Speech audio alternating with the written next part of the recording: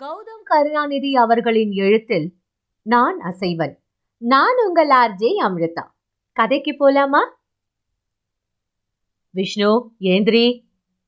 என்னை எழுப்புவதற்காக அம்மா குரல் கொடுத்தபடி என் அறைக்குள் நுழைந்தார். மணி 7 தாண்டி இருந்தது.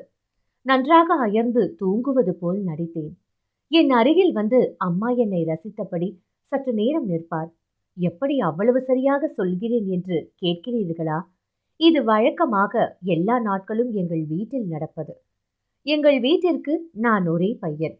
பொறியியல் கல்லூரி ஒன்றில் கணிப்பொறி பொறியியல் படித்துவிட்டு கடந்த வருடம்தான் பன்னாட்டு நிறுவனம் ஒன்றில் இணைந்துள்ளேன். நான் ஓரளவிற்கு பார்க்க நன்றாக இருந்தாலும் பேசுவதில் நான் தான் மிக திறமையானவன். அலுவலமாக இருந்தாலும் சரி, சொந்த பந்தமாக இருந்தாலும் சரி, மகளிர் என்னுடன் பேசுவதை மிகவும் விரும்புவார்கள். என் வயது 24. தூங்குவது போல் நடித்த என் மேல் அம்மா பார்வையை பதித்திருப்பது தெரிந்தது. சட்டென்று கண் விழித்து பார்த்தேன். அதை எதிர்பாராத அம்மா சிரித்தார். கள்ளா, நீ ஏமாத்துறது தெரியாதுன்னு நினைச்சிட்டு இருக்கியா? நான் உன்னோட அம்மா. புன்னகைத்தேன். எழுந்து அம்மா கொண்டு வந்த காஃபியை வாங்கி டேபிள் மீது வைத்தேன். விஷ்ணு, என்னம்மா? நான் சங்கரிக்கு வளகாப்புப்பா இன்னைக்கு. சங்கரி நாங்கள் முன்பு குடியிருந்த வீட்டில் எங்கள் பக்கத்து வீட்டு பெண். சரிம்மா, சாயங்காலம் போனா அங்கேயே தங்கிட்டு காலையில தான் வருவேன். சரிம்மா, நைட்டுக்கு எலுமிச்சை பழ சாதம் பண்ணி வைக்கவாப்பா? சரிம்மா. எல்லாத்துக்கும் சரிம்மான்னு சொல்லு. அம்மா கிண்டல் செய்ய அதற்கும் சரிம்மா என்றபடி புன்னகைத்தேன். கொரோனா வந்ததிலிருந்து எங்களுக்கு ஒர்க் ஃப்ரம் ஹோம் தான். எனக்கு இது மிகவும் பிடித்திருக்கிறது. காலையில் எழுந்து குளித்து தயாராகி ஆபீஸுக்கு சென்று வேலை செய்வதை விட வீட்டில் விருப்பப்பட்ட நேரத்தில் வேலையை முடித்து கொடுப்பது மிகவும் சிறப்பாக இருக்கிறது. இது எத்தனை நாள் நீடிக்கும் என்று எனக்கு தெரியாது. ஆனால் எத்தனை நாள் நீடித்தாலும் அது எனக்கு மிகவும் இன்பமாக ஒன்று என்று மட்டும் தெரியும். அப்பா வாசுதேவன் துபாயில் கன்ஸ்ட்ரக்ஷன் கம்பெனி ஒன்றில் பணியாற்றுகிறார். அம்மா பெயர் சித்ரா. தற்சமயம் நானும் அம்மாவும் மட்டும்தான் வீட்டில் இருக்கிறோம். எங்கள் வீடு இருப்பது வளர் நகரில். நீங்கள் மதுரை என்றால் உங்களுக்கு வளர் நகர் தெரிந்திருக்கும். மாட்டுத்தாவணி பேருந்து நிலையத்திலிருந்து ஒத்தக்கடை செல்லும் வழியில் வலது புறத்தில் வளர் நகர் என்ற போர்டு பார்த்திருப்பீர்கள். அங்கே இறங்கி கொஞ்ச தூரம் நடந்து வந்து வலப்புறம் திரும்பினால் பச்சை கலர் பெயிண்ட் அடித்த விஷ்ணு இல்லம்தான் எங்கள் வீடு. அன்று செய்ய வேண்டிய வேலையை 2 மணி நேரத்திற்குள் செய்து முடித்து விட்டேன். மதியம் அம்மா சோறு, எண்ணெய் கத்திரிக்காய் குழம்பு வைத்திருந்தார். சாப்பிட்டேன். ஏனோ நிறைவாகவே இல்லை. எனக்கு ஒன்றும் புரியவில்லை. இப்பொழுதெல்லாம் எதையாவது சாப்பிட்டால் எனக்கு நிறைவாகவே இல்லை. என் முகத்தில் நிலவிய குழப்பத்தை பார்த்து அம்மாவும் குழம்பினார். விஷ்ணு, என்னம்மா? என்னடா ஆச்சு? குழம்பு நல்லா இல்லையா? அப்படிலாம் இல்லைம்மா, ரொம்ப நல்லா இருக்கு. அப்புறம் எதுக்கு சோத்தை பிசைஞ்சிக்கிட்டே இருக்க? ஒன்றும் இல்லைம்மா. சாப்பிடுப்பா. அம்மா என்னையே பார்க்க வேறு வழியின்றி சாப்பிட்டு முடித்தேன். மாலை 4 மணிக்கு அம்மா தயாராக இருக்க அம்மாவை கொண்டு போய் ஆரபாளையத்தில் இருக்கும் சங்கரி வீட்டில் விட்டேன். சங்கரி என்னை பார்த்ததும் சிரித்தாள். ஹாய் விஷ்ணு. ஹாய். எப்படி இருக்க? கேட்ட சங்கரியின் முகம் பூரித்திருந்தது. வழக்கமாகவே நல்ல அழகு. இன்று அவள் அழகு கூடியிருந்தது. நல்லா இருக்கேன் சொன்ன நான் அவளிடம் ரகசியமாக சொன்னேன். செம்மையா இருக்க. சிரித்தாள். அடப்பாவி, எனக்கு கல்யாணம் அடிச்சுடா. அதுக்காக உன்னை சைட் அடிக்க கூடாதுன்னு இருக்கா என்ன? சிரித்தபடி கேட்க அவளும் சிரித்தாள். விஷ்ணு, நீயும் அம்மா கூட இருந்துட்டு காலையில போயேண்டா. இல்ல சங்கரி, இது லேடிஸ் ஃபங்க்ஷன். அப்படி எதுக்கு நினைக்கிற? அது மட்டும் இல்லடி, கொஞ்சம் வேலை இருக்கு. சரி, சொன்ன கேட்கவா போற நீ? சங்கரி சிரித்தபடி விடை கொடுத்தாள். அம்மாவிடம் சொல்லிவிட்டு பைக்கை ஸ்டார்ட் செய்தேன். கோரிபாளையத்தில் டிராஃபிக்கில் மாட்டிக்கொண்டதில் அதிக நேரமானது. மாட்டுத்தாவணி வரும்போது இருட்டு தொடங்கியிருந்தது. மீனாட்சி மிஷன் ஹாஸ்பிட்டலை கடக்கும்போது எனக்கு ஏதோ மாதிரி இருந்தது. ஒரு புதிய உணர்வு பதட்டம். என்னவென்றே புரியாமல் எனக்குள் பயம் எல்லாம் இடங்களுக்குள் பரவியது. பைக்கை முழு வேகத்தில் ஓட்டி வீட்டிற்கு வந்தேன். அவசரமாய் பைக்கை நிறுத்திவிட்டு வீட்டிற்குள் ஓடினேன். எனக்கு அதிக பரபரப்பாக இருந்தது. பால்கனியில் போய் நின்று கொண்டேன். இன்று பௌர்ணமி போல் நிலா வெளிச்சம் உள்ளே வீசியது. நிலாவை பார்த்து கொண்டிருந்த என்னுள் ஏதோ ஒரு மாற்றம். பயங்கரமாய் பசித்தது. கிச்சனுக்குள் ஓடினேன். ஒரு பாத்திரத்தில் எலுமிச்சை பழ சாதம் இருக்க எனக்கு பிடிக்கவில்லை. ஐயோ, இவ்வளோ பசியா? என் வாழ்க்கையில எனக்கு இதுவரை ஒரு பசி வந்ததே இல்லையே. என் தலையை நானே அடித்துக் கொண்டேன். ஏதாவது செய்து என் பசியை கட்டுப்படுத்த வேண்டும். என்ன செய்வது? மூளை கட்டளையிட்டது. வெளியே ஓடு, உன் பசிக்கு தகுந்த உணவு இருக்கிறதா என்று பார். வீட்டை அவசரமாக பூட்டினேன். சாலையில் பைத்தியம் பிடித்தவன் போல் ஓடினேன். மழை தூறியது. சட்டை செய்யாமல் ஓடினேன். நிலா வெளிச்சம் என் மீது படப்பட எனக்குள் இதுவரை இல்லாத ஒரு புதுவித உணர்வு வெளியேறியது. அப்பொழுதுதான் அவள் என் கண்ணில் தென்பட்டாள். எப்படியும் அவளுக்கு 25 வயது இருக்கும். தூறல் மழைக்கு குடை பிடித்தபடி எதிரில் வந்தாள். விஷ்ணு, வேண்டாம், என் மனசாட்சி எச்சரித்தது. புறக்கணித்தேன். எக்ஸ்கியூஸ் மீ, அழைத்தேன். எஸ். எங்க விநாயகர் கோவில் எங்க இருக்கு? இங்கேயா என்றவள் யோசிக்க நான் சுற்றும் முற்றும் பார்த்தேன். சாலையில் யாரும் இல்லை. அவளை சட்டென்று தலைமுடியை பிடித்து இழுத்தேன். ஏய், விட என்ன? கத்த முயற்சித்தவளின் வாயில் அவள் சுடிதார் துப்பட்டாவை வைத்து அழுத்தினேன். அவள் திமிறினாள். நேரத்தை வீண் செய்யாது அவள் என்னை நோக்கி இழுத்தேன். கண்களால் பதறிய அவளை புன்னகையுடன் ரசித்தபடி அவள் கழுத்தில் என் கோரை பல்லை பதித்தேன். அழுத்தம் கொடுக்க சூடான ரத்தம் எனக்கு தனி சுவையை கொடுத்தது. உறிஞ்சினேன். அவள் நம்ப முடியாத பார்வை பார்த்தபடி துடித்தாள். வாகாக பிடித்தபடி தொடர்ந்தேன். சற்று நேரம் கழித்து விட்டேன். இறந்திருந்தாள். சுற்றும் முற்றும் பார்த்தேன். இருட்டும் மழையும் எனக்கு சாதகமாக இருந்தன. சூடான ரத்தம் எனக்குள் இறங்கி என்னை நிறைவடைய செய்திருந்தது. கமுக்கமாய் வீட்டிற்கு திரும்பினேன். மியூசிக் சிஸ்டத்தில் பாட்டு உச்சஸ்தாயியில் அலற வைத்தேன். என் மனமெங்கும் உற்சாகம் பொங்கி வழிந்தது. எப்பொழுது தூங்கினேன் என்று தெரியாமல் தூங்கியிருந்தேன். அம்மா காலையில் வந்து காலிங் பெல்லை அழுத்தும் பொழுதுதான் முழிப்பு வந்தது. கதவை திறந்த என்னை பார்த்த அம்மா அதிர்ந்தார். விஷ்ணு, என்னடா இது? அம்மா, என்னடா வாயெல்லாம் ஒரே ரத்தம்? எக்கச்சக்கமாய் அதிர்ந்தேன். இரவில் நடந்தது மெல்ல மெல்ல நினைவிற்கு வந்தது. உள்ளே நடுங்கியது. என்ன காரியம் செய்திருக்கிறேன்? இந்நேரம் அந்த பெண் உடலை யாராவது பார்த்து இருப்பார்கள். அங்கே என்ன நடக்கும்? என்னுள் யோசனை ஓட அம்மா என்னையே விசித்திரமாய் பார்த்தார். விஷ்ணு! அம்மா, என்னடா நான் கேட்டுக்கிட்டே இருக்க, நீ பாட்டுக்கு ஏதோ யோசிச்சுட்டே இருக்க? அம்மா என்னை சந்தேகத்தோடு கேட்க சட்டென்று சமாளித்தேன். அது வேற ஒன்றும் இல்லைம்மா, நேற்று வண்டி ஸ்கிட் அடிச்சு கீழே விழுந்துட்டேன். என்னடா சொல்ற? மழை பெஞ்சதால ரோட்ல வழுக்கிடுச்சுமா. கவனமா வர வேண்டாமா? அம்மா பதறினார். நான் மேற்கொண்ட அம்மாவிடம் எதுவும் பேசாமல் வாஷ்பேசினில் முகத்தை கழுவினேன். ரத்தம் குடித்துவிட்டு பாட்டை போட்டு டான்ஸ் ஆடியது நினைவிற்கு வந்தது. அப்படியே படுத்து தூங்கி இருக்கிறேன். என் மனதிற்குள் இருவேறுபட்ட நிலைப்பாடுகள் மாறி மாறி என்னை பதற வைத்தன. பைக்கை எடுத்துக்கொண்டு மெதுவாக வீட்டிலிருந்து வெளியே வந்தேன். அந்த பெண் கிடந்த இடத்தில் போலீஸ் ஜீப் நின்றிருந்தது. கொஞ்சம் கூட்டம் கூடியிருந்தது. கூட்டத்தில் நின்றிருந்த ஒருவரிடம் எதுவும் தெரியாதது போல் கேட்டேன். என்னாச்சுன? யாரோ ஒரு பொண்ணை கொலை பண்ணியிருக்காங்க. ஐயோ பாவம், அவனுக்கு எல்லாம் நல்ல சாவே வராது. சிறு வயசு பொண்ணு வேற பாவம். அவர் சொல்ல அவரையே இமைக்காமல் பார்த்தேன். என் வித்தியாசமான பார்வையை பார்த்தவர் துணுக்குற்றார். எதுக்கு ஒரு மாதிரியா பார்க்குற? நீங்க ரொம்ப விவரம்ன சொன்னபடி சிரித்து சமாளித்தேன். ஆனால் அவருக்கு மட்டும் அடிமனதில் ஏதோ ஒரு சந்தேகம்.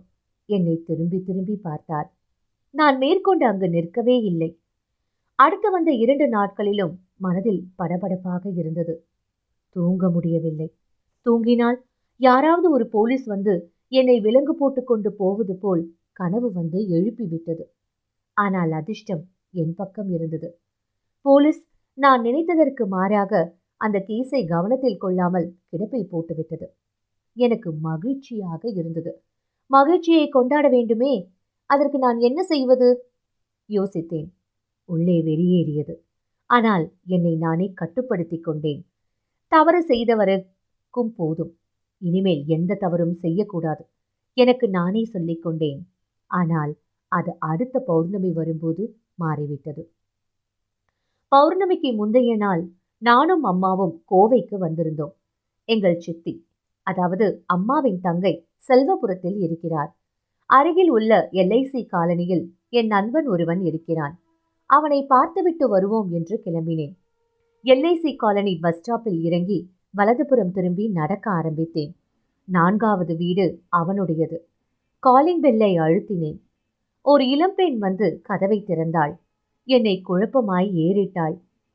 யார் வேணும்? ஜெகதீஷ். அண்ணா வெளியே போயிருக்காரு. நீங்க? விஷ்ணு, அவர் ஃப்ரெண்ட், காலேஜ் மேட். பேரை சொன்னவுடன் அவள் மலர்ந்தாள். ஓ, நீங்க தானே அது? அண்ணா உங்களை பத்தி நிறைய சொல்லியிருக்காரு. வாங்க, உள்ள வாங்க. வழிவிட்டாள். உள்ளே சென்று சோஃபாவில் அமர்ந்தேன். அண்ணா எங்க போயிருக்காரு? அவருக்கு சென்னையில ஒரு இன்டர்வியூ, அதுக்கு போயிருக்காரு. நாளைக்கு காலையில தான் வருவாரு.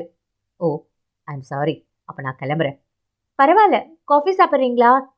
வேண்டாங்க. எதுக்கு உங்களுக்கு வீண் சிரமம்? இதுல சிரமம் ஒன்றும் இல்லை, உட்காருங்க சொன்னவள் புன்னகைத்தாள். நான் காஃபி நல்லா போடுவேன். நானும் புன்னகைத்தேன். அப்பொழுதுதான் அந்த மாற்றம் என்னுள் நிகழ்ந்தது. வானில் நிலா வர ஆரம்பித்தது. என்னுள் ஏதோ ஒரு வெறி. ஹலோ. என் பேர் ஹலோ இல்ல, ஷர்மி. ஷர்மி, சொல்லுங்க.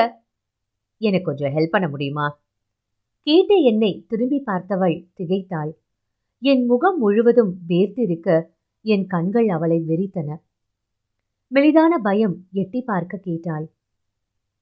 என்னாச்சு உங்களுக்கு? Are you okay? நான் சிரித்தேன். ஷர்மி, எப்பவுமே எனக்கு அதிர்ஷ்டம் அதிகம். சொன்ன என்னை புரியாமல் பார்த்தாள். புரியலையா? இப்போ இந்த வீட்ல உன்னையும் என்னையும் தவிர யாரும் இல்லை, கரெக்டா? என் கேள்வியில் பயந்தாள். என்ன சொல்றீங்க? எனக்கு அதிர்ஷ்டம்னு சொல்றேன். புரியல. பேசியபடியே கதவை நோக்கி ஓட முயன்றாள். சட்டென்று டேபிள் மீதிருந்த பேப்பர் வெயிட்டை எடுத்து அவள் தலையை நோக்கி எறிந்தேன். அது குறி தவறாமல் போய் அவள் பின்தலையை தாக்கி கீழே விழுந்தாள். கதறினாள். விஷ்ணு, உங்களுக்கு என்னாச்சு? ப்ளீஸ் என்னை விட்டுடுங்க. அவளை அப்படியே அள்ளிக்கொண்டேன். பூக்குவியல் போல் மென்மையாக இருந்தாள். அறைக்குள் கிடத்தினேன். பயமாய் பார்த்தாள். அறையில் 0 வாட்ஸ் பல்பு எரிந்து கொண்டிருந்தது. அந்த மங்கலான வெளிச்சத்தில் அவள் முகத்தில் இருந்த பயம் என் ரசனையை அதிகப்படுத்தியது. பயத்தோடு கேட்டாள். என்னை எதுக்கு இங்க கொண்டு வந்திருக்கீங்க? நான் புன்னகைத்தேன். அவள் பயத்தை ரசித்தேன். எனக்கு ஒரு விசித்திரமான வியாதி இருக்கு. வெளியே சொன்னா நம்ப மாட்டாங்க. நான் சொல்வதை ஒன்றும் புரியாமல் பார்த்தாள் அவள். புரியலையா? புரியுற மாதிரியே சொல்றேன். ஒவ்வொரு மாசமும் பௌர்ணமி வர அன்னைக்கு என் உடம்புல எனக்கே தெரியாம ஏதோ ஒரு மாற்றம் நடக்கும். அப்ப எனக்கு சாப்பாடு என்ன தெரியுமா? மனுஷங்க சாப்பிட்ற எதுவுமே நான் சாப்பிட மாட்டேன். ஏன்னா எனக்கு அது பிடிக்காது. நான் சொல்ல அவள் பயத்துடன் என்னையே பார்த்து கொண்டிருந்தாள். இங்க பாருமா, உனக்கு எத்தனை வயசாகுது? 22. ஓட்டு போட்டியா? பெரிய பொண்ணு நீ. மனுஷங்க சாப்பிட்றது எனக்கு பிடிக்காதுன்னு சொன்னா நீ என்ன பண்ணணும்? என்ன பண்ணணும்? அவள் பயத்துடன் தடுமாறியபடி கேட்டாள். வேற என்ன சாப்பிடுவீங்கன்னு கேட்கணும். அவள் தயங்கினாள். நான் விழிகளால் கட்டளையிட தயங்கியபடி கேட்டாள். வேற என்ன சாப்பிடுவீங்க? கொஞ்சம் ரத்தம், அதுவும் சூடா. நான் சொன்னபடி அவளை நெருங்க அவள் வீறிட்டாள். நான் கண்டுகொள்ளவில்லை. அவள் மீது பாய்ந்தேன். தப்ப முயன்றவளின் கழுத்தில் என் கோரை பல்லால் அழுத்தினேன். சூடான ரத்தம். அவள் துடிப்பதை பொருட்படுத்தாது இடது கையால் அவள் கழுத்தை வாகாக பிடித்து கொண்டு ரத்தத்தை உறிஞ்சி குடிக்க ஆரம்பித்தேன். அவள் வினோதமான குரலில் அலறினாள். நான் விடவில்லை. முழு ரத்தத்தையும் குடித்து முடிக்க அவளது உயிரற்ற உடல் கீழே சரிந்தது. எனக்குள் உற்சாகம் கரை புரண்டது. இசையை ரசிக்க வேண்டும். அப்பொழுது காலிங் பெல் அடித்தது. உச்சமாய் அதிர்ந்தேன். காலிங் பெல் அடித்தது. கேட்டவுடன் அதிர்ந்து போனேன். மூளை பரபரப்பாக யோசித்தது. யாராக இருக்கும்? செத்து கிடந்தவளை ஒரு முறை பார்த்தேன். சட்டென்று அறையிலிருந்து வெளியே வந்தேன். அறையை வெளிப்புறமாக பூட்டினேன். அதற்குள் காலிங் பெல் விடாமல் அடித்தது. இந்த வீட்டிற்கு பின்பக்க கதவு எதுவும் இருக்கிறதா என்று ஓடி சென்று பார்த்தேன். இல்லை. விஷ்ணு, சீக்கிரம் கதவை தர, இல்லைனா யாரா இருந்தாலும் சந்தேகம் கொள்ள வாய்ப்பு இருக்கு. என் மனசாட்சி என்னை எச்சரித்தது. வாஷ் பேசினில் முகத்தை கழுவி வாய் கொப்பளித்தேன். டவலில் அவசரமாய் துடைத்து கதவருகில் சென்றேன். கதவு துவாரத்தின் வழியாக பார்க்க அது ஜெகதீஷின் அம்மா. கதவை திறந்தேன். என்னை பார்த்தவர் ஆச்சரியப்பட்டார். ஏ விஷ்ணு, நீ எப்படி பார்க்க? புன்னகைத்தேன். இயல்பாக இருப்பது போல் காட்டிக்கொண்டேன். எப்பப்பா வந்த? 10 நிமிஷமா? காஃபி சாப்பிட்டியா? இல்லைம்மா. ஏன், ஷர்மி எங்கப்பா போனா? என்னிடம் கேட்டவர் ஷர்மி என்று உரைக்க அழைத்தார். என் இருதயம் மிக அதிகமாக துடித்தது. மாட்டிக்கொண்டால் என்னாகும்? போலீஸ் வரும், கொண்டு போகும். அவ்வளவுதான் என் வாழ்க்கை. விஷ்ணு, சொல்லுங்கம்மா, ஷர்மி எங்க? அவ போயிட்டாமா. போயிட்டாளா? எங்கப்பா போனா? நான் வரும்போது ரொம்ப டென்ஷனாக இருந்தா. யாரோ ஒரு ஃப்ரெண்டுக்கு ஆக்சிடென்ட்னு ஃபோன் வந்துச்சு, அதாம்மா கிளம்பி போயிருக்கா. எங்கே போகிறேன்னு சொன்னாலாப்பா? இல்லையேம்மா. என்ன இந்த பொண்ணு இப்படி பண்ணுது? எல்லாம் அவர் கொடுக்குற இடம். பேசியபடியே ஷர்மி செத்து கிடந்த அறையின் வெளிப்புற தாழ்பாலை கை வைத்தார். எனக்கு தூக்கி வாரி போட்டது. அம்மா. சொல்லுப்பா விஷ்ணு, கொஞ்சம் தண்ணி கொடுக்குறீங்களா? அடடா, இரு, காஃபி போடுறேன். நான் ஒருத்தி, நீ இருக்கிறத மறந்து ஏதேதோ புலம்பிட்டு இருக்கேன். சொன்னபடி சமையலறைக்குள் நுழைந்தார். என் மனதில் போராட்டம். விஷ்ணு, என்ன பண்ண போற? என்ன பண்ணணும்? கொலை பண்ணணும். கொலையா? ஆமா. திரும்ப இன்னொரு கொலையா? ஆமா. கண்டிப்பா பண்ணணுமா? கண்டிப்பா பண்ணணும். மாட்டிக்க மாட்டோமா? நிச்சயம் மாட்டிக்க மாட்டோம். எப்படி? கொலை பண்ணிட்டு 2 பேரோட நகையை எடுத்துட்டு போயிடு. நகைக்காக நடந்த கொலையா வெளியே தெரியட்டும். சிசிடிவி இருக்கா? இல்லை, செக் பண்ணி பார்த்துட்டேன். போலீஸ் நாய் வந்தா மிளகா பொடியை ஆளில் கொட்டிட்டு போயிடலாம். சூப்பர். அப்போ தயாராயிட்டியா? தயார். எப்படி கொல்ல போற? எப்படி? சுற்றும் முற்றும் பார்த்தேன். ஒரு ஐடியாவும் தோன்றவில்லை. எப்படி கொன்றாலும் சரி, அவர் கத்தினால் நாம் காலி. சட்டென்று மயக்கப்படுத்த வேண்டும். அதற்கு பிறகு பொறுமையாக கூட ஆற அமர்ந்து ரசித்து கொலை செய்யலாம். கண்ணாடி முன் நின்று மெதுவாய் புன்னகைத்தேன். எனக்கே என்னை பார்த்து பயமாயிருந்தது. இதுவரை 2 பேரை கொன்றிருக்கிறேன். 3ஆவதாக ஒரு கொலை செய்ய போகிறேன் என்று எவரிடம் சொன்னாலும், ஏன் நானே சத்தியம் செய்து சொன்னாலும் என் தோற்றத்தை பார்ப்பவர்கள் நம்ப மாட்டார்கள். என் முகம் குழந்தை மாதிரியாம். நான் சிரித்தால் என் சிரிப்பை ரசித்துக் கொண்டே இருக்க தோன்றுமாம். என் இயல்பான அப்பாவித்தனம்தான் நிறைய பேருக்கு பிடித்திருக்கிறதாம். என் தோழிகள் பலர் இப்படிதான் என்னை பற்றி சொல்லி இருக்கிறார்கள். விஷ்ணு. ஆமா, இந்தாப்பா. காஃபியும் பிஸ்கெட்டும் வைத்தார். என் எதிரில் அமர்ந்தார். நீ மதுரை தானப்பா? ஆமாம்மா. இங்கே எப்போ வந்தப்பா? சித்தி பொண்ணு பெரியவாயிட்டா, நாளைக்கு சீரு. ஓ, நீங்களும் ஷர்மியும் வாங்கம்மா. முடிஞ்சா வரும் விஷ்ணு. இவ வேற எங்கே போனானே தெரியல. சொன்னபடி மணி பார்த்தார். தன் அலைபேசியை எடுத்து ஷர்மிக்கு அழைத்தார். எனக்கு வியர்த்தது. காஃபி கோப்பை என் முகத்தை பாதி மறைக்க என் விழிகள் அவர் மேல் பதிந்தன. நெட்வொர்க்கே இல்லை சொன்னவர் எழுந்தார். காஃபி நன்றாகவே இருந்தாலும் ஷர்மியின் ரத்தம் அளவிற்கு இல்லை. விஷ்ணு, தாமதிக்காத, ஆபத்து. நேரம் கடத்தினா நிச்சயம் மாட்டிப்ப.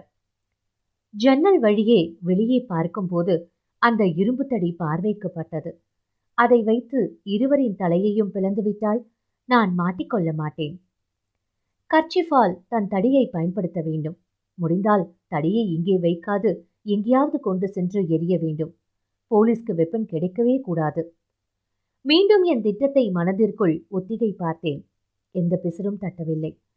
டேபிளில் போட்டோவில் சிரித்து கொண்டிருந்த ஜெகதீஷை பார்த்தேன். சாரி மாப்பிள, என்னை மன்னிச்சிடு. எழுந்தேன். எங்கப்பா போற? நான் கிளம்புறேம்மா. விஷ்ணு, சொல்லுங்கம்மா. ஷர்மி எந்த ஹாஸ்பிட்டலுக்கு போயிருக்கான்னு தெரியல. அவளுக்கு ஃபோன் பண்ணி பார்க்குறேன். என்னோட மொபைலில் டவர் இல்லை. கொஞ்சம் உன்னோட மொபைல் தெரியாப்பா? இதை நான் எதிர்பார்க்கவில்லை. முடியாது என்றால் சந்தேகம் வரும். புன்னகைத்தபடியே கொடுத்தேன். வாங்கியவர் ஷர்மிக்கு அழைத்தார். ரிங் போனது. ஷர்மியின் அறையிலிருந்து ஃபோன் அடிக்க அவர் திகைப்பாய் என்னை பார்க்க என் முகத்தில் வெறியேறியது. விஷ்ணு? அவர் பயமாய் என்னை பார்த்தார். வேகமாய் சென்று அறையை திறந்து பார்த்தார். அவர் பார்வைக்கு ஷர்மி கிடைக்க அலறினார். ஷர்மி, ஷர்மி, என்னமாச்சு உனக்கு? டேய் பாவி, என் பொண்ணை என்னடா பண்ண? என் சட்டையை பிடித்து என் கன்னங்களில் மாறி மாறி அறைந்தார். எனக்கு சுத்தமாக உரைக்கவில்லை. நான் புன்னகைத்தேன். உன்னை சும்மா விட மாட்டேன். இப்பவே போலீஸ்க்கு ஃபோன் பண்றேன். சொன்னவரை எட்டி உதைத்தேன்.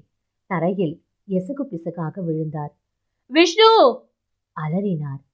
நிதானமாக நடந்து சென்று வெளியிலிருந்து இரும்பு தடியை கர்ச்சிப் சுற்றிய கைகளில் எடுத்துக்கொண்டு வந்தேன். வேண்டா விஷ்ணு, வேண்டா! கத்தியபடி எழுந்து ஓடினார். கதவை தாழ்பால் போட்டேன். டிவி ஆன் செய்து வால்யூம் கூட்டினேன். சோஃபாவில் அமர்ந்தபடி அவரை பார்த்து புன்னகைத்தேன். விஷ்ணு ப்ளீஸ், என்னை விட்டுடுப்பா, ப்ளீஸ் பா! சுவர் மூலையில் பல்லி போல் ஒட்டிக்கொண்டு கத்தியவர் முகத்தில் தெரிந்த பயம் என் ரசனையை ஈர்த்தது. அப்படியே ஷர்மி மாதிரியே இருக்கீங்கம்மா. நான் சொல்ல ஆவேசமானார். அழுதார். என்னடா பண்ண? என் பொண்ணு என்னடா பண்ண? அம்மா சொல்லுடா. இன்னைக்கு பௌர்ணமி. எனக்கு ரத்த தாகம் எடுக்கிற நாள். ஷர்மி எனக்கு ரத்தம் கொடுத்தாமா. நான் சொல்லி முடிக்கவில்லை. டேய் பாவி! ஓடி வந்து மீண்டும் என்னை அறைந்தார். நான் எழுந்தேன். அவரை கீழே தள்ளினேன். அவர் கைகளை கால்களால் மிதித்தேன். விஷ்ணு, விஷ்ணு, என்னை விட்டுடு! வலியால் துடித்தார். ஆஹா, ஒருவர் இருக்கும் முன் இப்படி கத்துவதை கேட்பதில் இவ்வளவு இன்பமா? இதுவரை எனக்கு தெரியாமல் போய்விட்டதே. தெரியப்படுத்தியவருக்கு நன்றி தெரிவிக்க வேண்டுமே. தடியால் தலை மீது ஒரே அடி. நேர்கோட்டில் ரத்தம் வழிய தலை பிளந்து கொண்டது. அவர் துடித்தார். கசாப்பு கடையில் சாலையில் வைத்து ஆட்டின் கழுத்தை அறுக்கும் போது அது துடித்தது நினைவிற்கு வர புன்னகைத்தேன். அடங்கும் வரை பார்த்து ரசித்தேன். அறைக்குள் சென்றேன். ஷர்மியை வெளியே இழுத்து அவள் தலையில் ஒரு போடு போட்டேன். தலை எளிதில் பிளந்து கொண்டது. சமையல் அறைக்குள் சென்று மிளகாய் பொடியை ஹாலில் அறையில் வெளியில் தூவிவிட்டேன். தடியை நன்றாக கழுவினேன். கையில் எடுத்துக்கொண்டேன். இருவரின் நகைகளையும் என் கர்ச்சிஃபில் சுற்றி எடுத்துக்கொண்டேன். வெளியில் வந்தேன். கொஞ்சம் தூரம் நடக்க ஒரு சிறிய பாலம் வர அதன் அடியில் தடியையும் நகைகளையும் வீசி எறிந்தேன். தனியார் பேருந்து ஒன்று வர அதில் ஏறிக்கொண்டேன். நெருப்பே, சிக்கிமுக்கி நெருப்பே என்று பேருந்தில் பாடல் ஒலிக்க உள்ளே உச்சக்கட்ட இன்பத்தை உணர்ந்த எனக்கு ஆட தோன்றியது. நஞ்சுண்டேஸ்வரா தனக்கு எதிரில் அமர்ந்திருந்த விஷாலை புன்னகையுடன் பார்த்தார். உங்களுக்கு ஏதாவது டிமாண்ட் இருக்கா? கேட்டவரை பார்த்த புன்னகைத்த விஷால் ஆமாம் என்று தலையாட்டினான். ஆர்த்தி விஷாலை திகைப்பாய் பார்க்க விஷால் தொடர்ந்தான். கல்யாணத்துக்கு அப்புறம் நீங்களே என் கூட தங்கினா எனக்கு ரொம்ப சந்தோஷம். விஷால் சொல்ல ஆர்த்தி மலர்ந்தாள். நஞ்சுண்டேஸ்வரா விஷாலை பெருமையாக பார்த்தார். அது இல்லை மாப்பிள்ள, நான் கேட்டது என்னன்னா.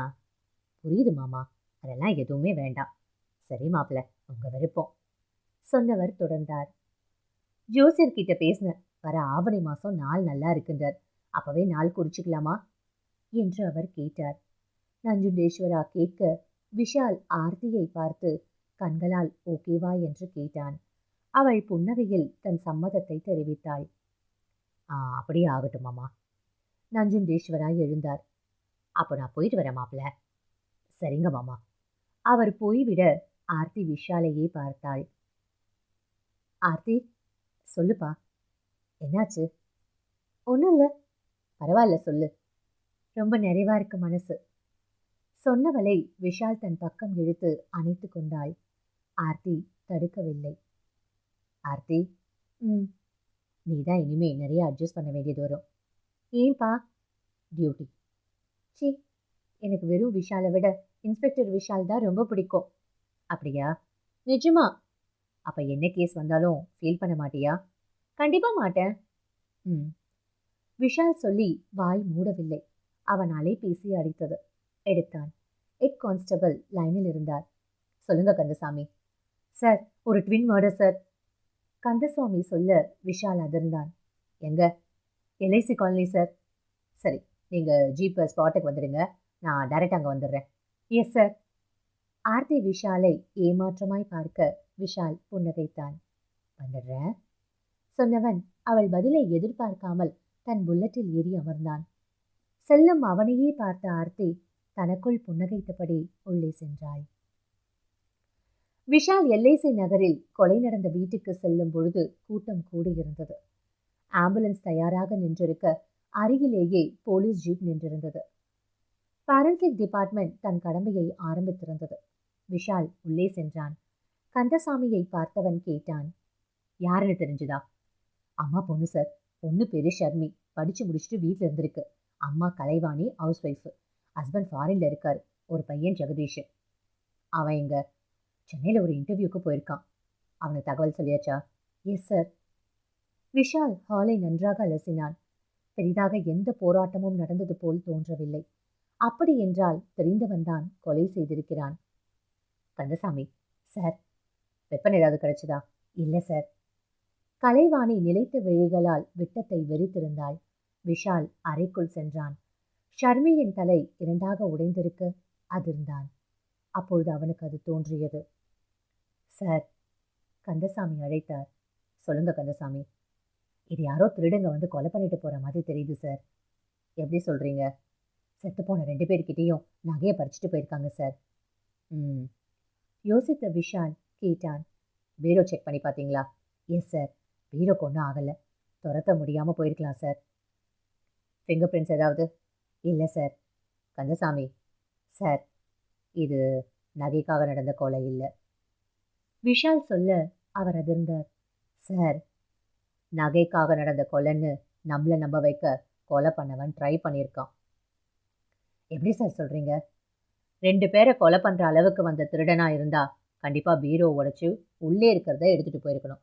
ஒரு வாதத்துக்காக பீரோவை திறக்க முடியலன்னு வச்சுக்கிட்டா கூட திறக்க முயற்சிக்காவது பண்ணியிருக்கணும். அவன் அதை பண்ணலை. அப்படின்னா வந்தவனோட நோக்கம் நகையோ பணமோ கிடையாது. சார், எப்படின்னு கேட்குறீங்களா? பீரோவை பாருங்கள், எப்படி வச்சுருக்காங்களோ அதே மாதிரி தான் இருக்குது. Super sir. அது மட்டும் இல்லை சார், கலைவாணி தலையில் எதையோ வச்சு தாக்கியிருக்கான். ரத்தம் தரையில், சோஃபாவில் எல்லா இடத்துலையும் திரிச்சிருக்கு. ஆனால் ஷர்மி தலை 2ஆக உடஞ்சிருக்கு. ஆனால் ரத்தம் துளி கூட வெளியில் தெரிக்கல. சார், அப்படின்னா அவன் ஷர்மியை தாக்கிறதுக்கு முன்னாடியே அவள் செத்துருக்கணும். விஷால் சொல்லிக்கொண்டே போக கந்தசாமி அசந்து போய் நின்றார். ஃபாரன்சிக் டிபார்ட்மெண்ட் கோபாலை நெருங்கிய விஷால் புன்னகைத்தான். Good morning sir. Good morning. ஏதாவது ஃபிங்கர் பிரிண்ட்ஸ் கிடச்சிதா? ஃபிங்கர் பிரிண்ட்ஸ் எதுவும் கிடைக்கல சார். ஆனால் சொல்லுங்கள், ஃபுட் பிரிண்ட் கிடச்சிது சார். என்ன சொல்கிறீங்க? கொலைக்காரன் அந்த அம்மாவை கொலை பண்ணுறதுக்கு முன்னாடி எட்டி உதச்சிருக்கான். அவங்க செயலிருந்து ஒரு ஃபுட் பிரிண்ட் கலெக்ட் பண்ணியிருக்கோம் சார். கோபால் சொல்ல விஷால் மலர்ந்தான். சார், சொல்லுங்க கந்தசாமி. ஃபார்மாலிட்டிஸ் பண்ணிடலாமா சார்? விஷால் தலையசைத்தான். கலைவாணி ஷர்மி இருவரும் ஆம்புலன்ஸுக்கு கொண்டு செல்லப்பட்டனர். B2 police station. விஷால் தன் முன் இருந்த ஃபைலில் மூழ்கி போயிருக்க அவன் அலைபேசி அடித்தது. எடுத்தான். விஷாலியர். நான் டாக்டர் குமரகுரு. எஸ் டாக்டர், சொல்லுங்க. போஸ்ட்மார்ட்டம் முடிஞ்சுதா? எஸ் விஷால், அது சம்மந்தமாக ஒரு முக்கியமான விஷயம் உங்ககிட்ட சொல்ல தான் ஃபோன் பண்ணேன். சொல்லுங்க டாக்டர். ஷர்மி கழுத்தில் ஒரு பல் பதிஞ்ச அடையாளம் இருக்கு. You mean rape attempt? No no no. Then யாராவது ஓட்டை போட்டு உடம்புல இருக்கிற ரத்தத்தை எடுக்க முடிஞ்சா எப்படி இருக்கும்? டாக்டர். விஷால் அதிர்ந்தான். டாக்டர், என்ன சொல்றீங்க? எஸ், இந்த பொண்ணோட கழுத்தை கடிச்சு ரத்தத்தை உறிஞ்சிருக்காங்க. தட் மீன்ஸ் ரத்தத்தை குடிக்கிறதா? எஸ். அது எப்படி சாத்தியம் ஆகும் டாக்டர்? சாத்தியம்தான். நிறைய உதாரணங்கள் இருக்கு. டாக்டர், நீங்கள் சொல்றது 100% நிஜம். My god. Vishal. Yes doctor, இது ஒரு மேனியா.